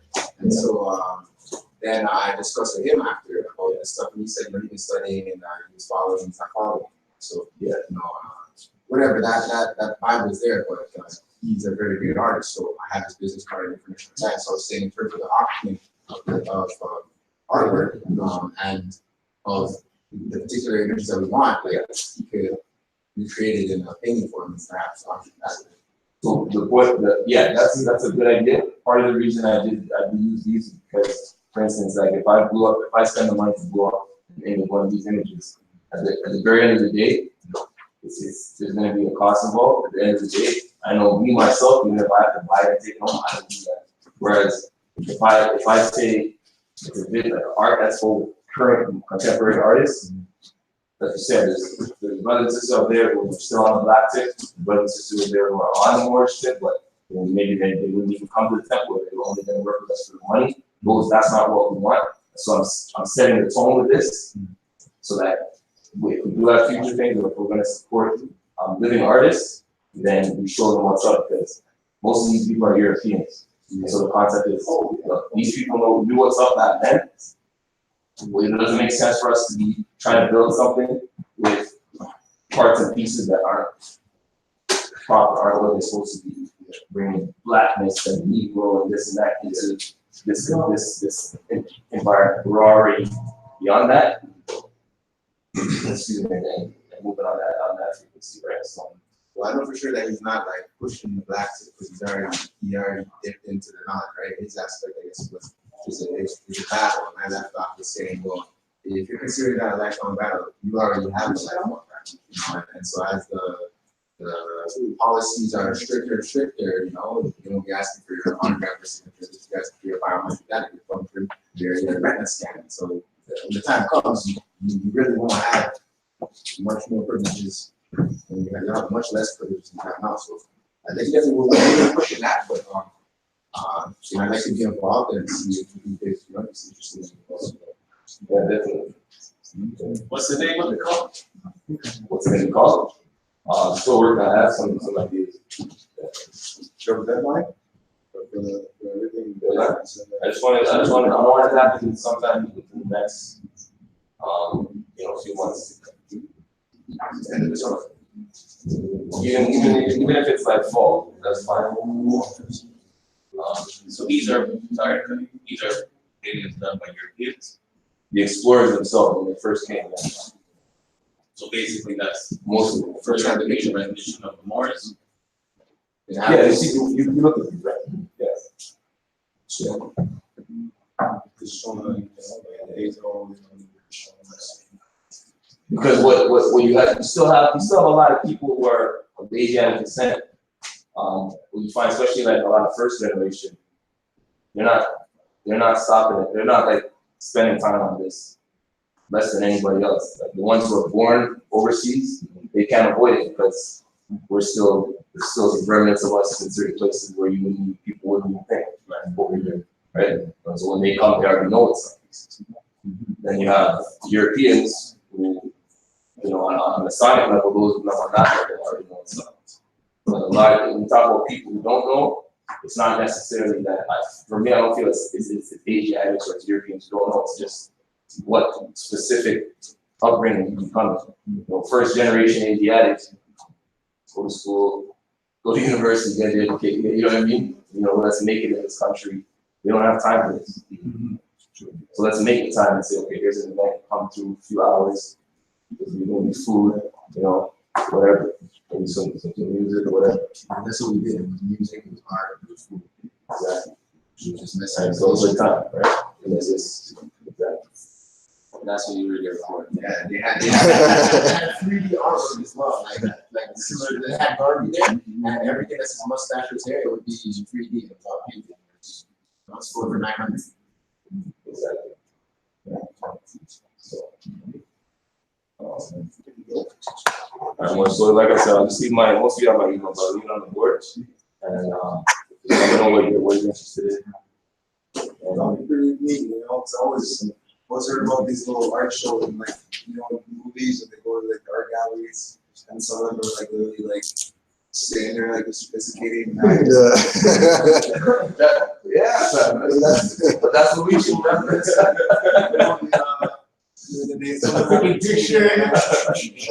Yeah, and the thing is, like I said, a lot of this stuff was up until maybe a decade ago. This stuff was just in museums and archives, so it's not like we grew up with this stuff. Even in my generation, it's only like when the internet got to that point, and then when a few images were up, and people who had the rest of the images were looking at it like, well, there's no point hiding this anymore. So might as well put it up before it was full. So now it's all out there, but the idea is if you're not looking for your stuff, it doesn't see it. When we went to the Canaanland mountain, and we went to that building with all of that stuff in there, remember? You follow? Hamilton. We went to Hamilton Mountain. Yeah. We went to that, you remember that building there with all our stuff in there? Yeah, what kind of building was it? It was just when we were going across the one of their houses or whatever, headquarters. Oh, okay, yeah. I remember we see things in there that. Yeah. Is it Hamilton? Yeah, in the mountain. And that's the type of thing, like, that's the type of stuff that we can use to build up, you know what I mean? Build more and more, and just have it. So this type of thing is your regular. It's real right there. Because if we don't do it, then it's just Sitting there, nobody knows. it's nobody knows, but also it's in secret and hidden places, and a few people are come and check this out. You know what I mean? And the sonic secret tip, but it's not even like that anymore because the stuff is out there. But like I said, if you're not looking, then it's just fingerprint, finger tap away. All right, Morris. This law, Morris. So don't forget this coming Saturday, we're gonna be doing our 5th annual Canaanland barbecue. Sure it's not 6. 12 o'clock, Toronto Island. You can either do the ferry thing and find your way over there, or we got water taxi, Queens Key and Young. The water taxi spot is called Water Taxi, WOTTER. Water. Yeah, water. Like an otter with a W. Otter with a W. plays The on best name ever, the water taxi. I was like, you guys are fucking good. You guys are good. You guys are real good. So, yeah, we hope to see everyone. There. It's wonderful.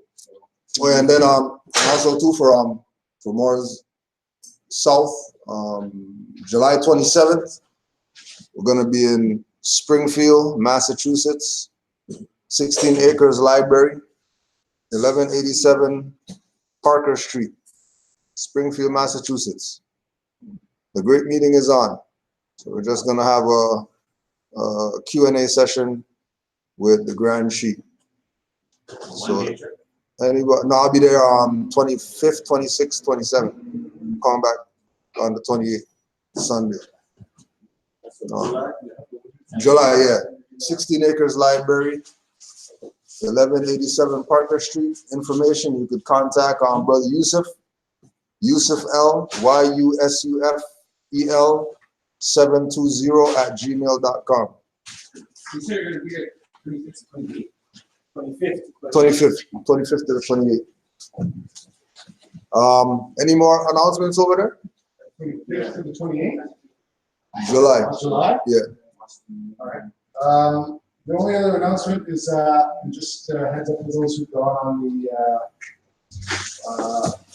on the summer solstice walk.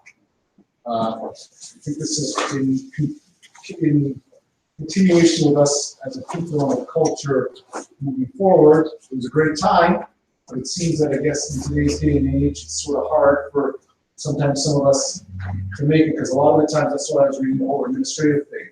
Like, so for example, Cujo and I have been up since 7 this morning. Went down to the island, we went and did our survey, did all that kind of stuff, got up here for 11, we don't get home until 5 or 6. Same thing with the walk, we're there early, all that stuff. So what we're looking to try and do, because I'm sort of feeling loving the outside weather, and also liking just the meeting. I think all of us that were there had a good time. What happens is that sometimes when people are staggered, we're sort of sitting there, want to go at 12, 12:30, and then we hear people are coming, and then we're waiting, and then we're there, and then people are back there, and then, so what our plan is, what came to me, because I had spent some time there, is they have certain campgrounds, certain places in the city. So one of the plans that I wanted to do, and this is going to be on the 17th and the 18th of August, is looking to rent a couple of camp spots and just open it up and sort of have like a, whatever spot I'll get at 12. We'll probably go from 12 Saturday to 12 Sunday. We're going to open it up, either get some catering going on, or just have it open for you to sort of attend. BYO and stuff. what we're gonna have is we're gonna have Grand Chief though. Grand Chief doesn't like to rough it though. If you had a telly there, Grand Chief would be there. No tellies, no Holiday Inn Express, no Grand Chief, right? So anyways, the plan is to have some camp spots and a fire running, and just have it open, and just show up when you want and leave when you want. What I'm assuming, I was just talking with our sister here, that I was hoping to have it sort of run all night sort of thing, but I doubt on a campsite, depending, you know what I mean? Though I do know there'll be sort of noise ordinance. It's not like we're going to be having some blocko at 1 in the morning. At the campsite, what we can maybe have is some of us sitting around the fire, sort of in a quiet way. S'mores? Right? S'mores, right? S'mores and the s'mores. So, but ultimately, what the plan is to have an open area that we can attend at our leisure and at our time, and therefore just have it open. And I think that would be wonderful, right? Because already I think you sooner, maybe Kudo was saying, it's already July. Crazy. It's already July. So, July, right? Summer, though it feels to me like the summer has just started. Right? So we're probably pushing into September and stuff like that for weather, but ultimately probably things change for all of us. If people have offspring, all that stuff, sort of back to work, right? But what I'm looking to do is have Saturday to Sunday on this weekend, and just have it open, and then you guys just show up when you want and enjoy, and let's build, right? Because we're hoping, as I said, this is a movement. And to me, the ultimate goal of this, as I said, is to be going back to Moore's word, or to, what is it, in the Black Panther, Wakanda, right? We're looking to go back home, right? Not only in the body, not only in the spirit, but in the body. We should have a place that we should be able to call our own, right? And have our own government and run our own stuff. So, And then also too, we're gonna look at between now and end of August, some outside classes. So we're looking at Christie. Christie Pitts, We're right? looking at Christie Pitts. We're looking at maybe High Park, but some accessible or easy accessible outdoor parks or whatever like that, so we can do some outside classes and just be out of this building for a bit. So it's for a couple classes. We don't have any dates yet, but yeah. So they may happen. So if the barbecue's here, yeah. what we were looking at is we're probably looking to stay away from any stuff around Caravana weekend when those other people sort of show up and do stuff. But anywhere maybe in here or in here, we're looking to do that. And just remember, they'll continue to support, because ultimately the temple, once it gets cold again, we're going to be back in here, right? But we're looking to sort of, get out there, spend some time outside. So, any other closing comments, questions before we get out of here? Are we gonna finish the list? Hmm? Are we gonna finish the list? Or- We're going to. That's why we put the website out. Oh. So the 10 thing. But yeah, we can go through them. What? No, we were talking about This stuff, right? 10 violations. Yeah. So that was Chinese head tax. 6 residential schools. 6 residential schools. 5, the genocide of Aboriginal people. 4, detainment of Japanese during World War II.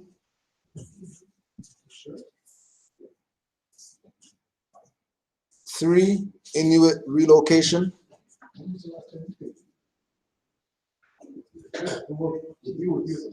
2, language laws in Quebec.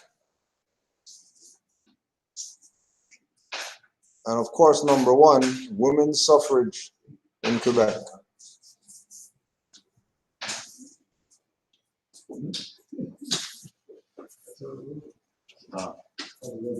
And then there was But then also, I think this is some of the stuff that I was talking about.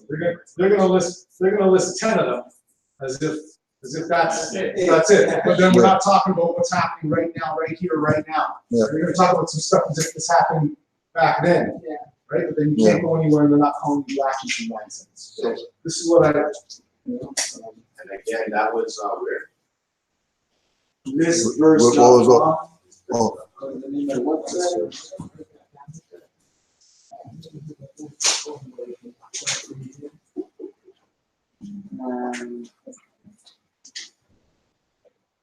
think it was 10 things about Canada. yeah. And then there was another one, Brother Kiba posted up. That was by accident. Oh, that was the accident one? Yeah. So we got 20 now. Because we got the 10 awful Canadian violations of human rights, and then we got top 10 not so nice facts about Canada. all right, So 20 altogether. So they shut you down, Omar. They got 20. All right, Morris. Peace and love to all Morris. Islam to all the Morris worldwide. Huh? Yeah. Gotta do that. Gotta do that.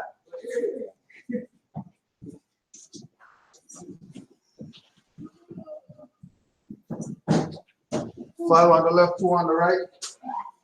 Allah, the Father of the universe. Allah, the Father of the universe. Father of love. Father of love. Truth. Truth. Peace. Peace. Freedom. Freedom. And justice. And justice. Allah is my protector. Allah is my protector. My guide. My guide. And my salvation. And my salvation. By night. By night. And by day. And by day. To his holy prophet. Holy prophet. Noble Juali. Noble Juali. Ashe. Islam. Wow. Islam Morris. We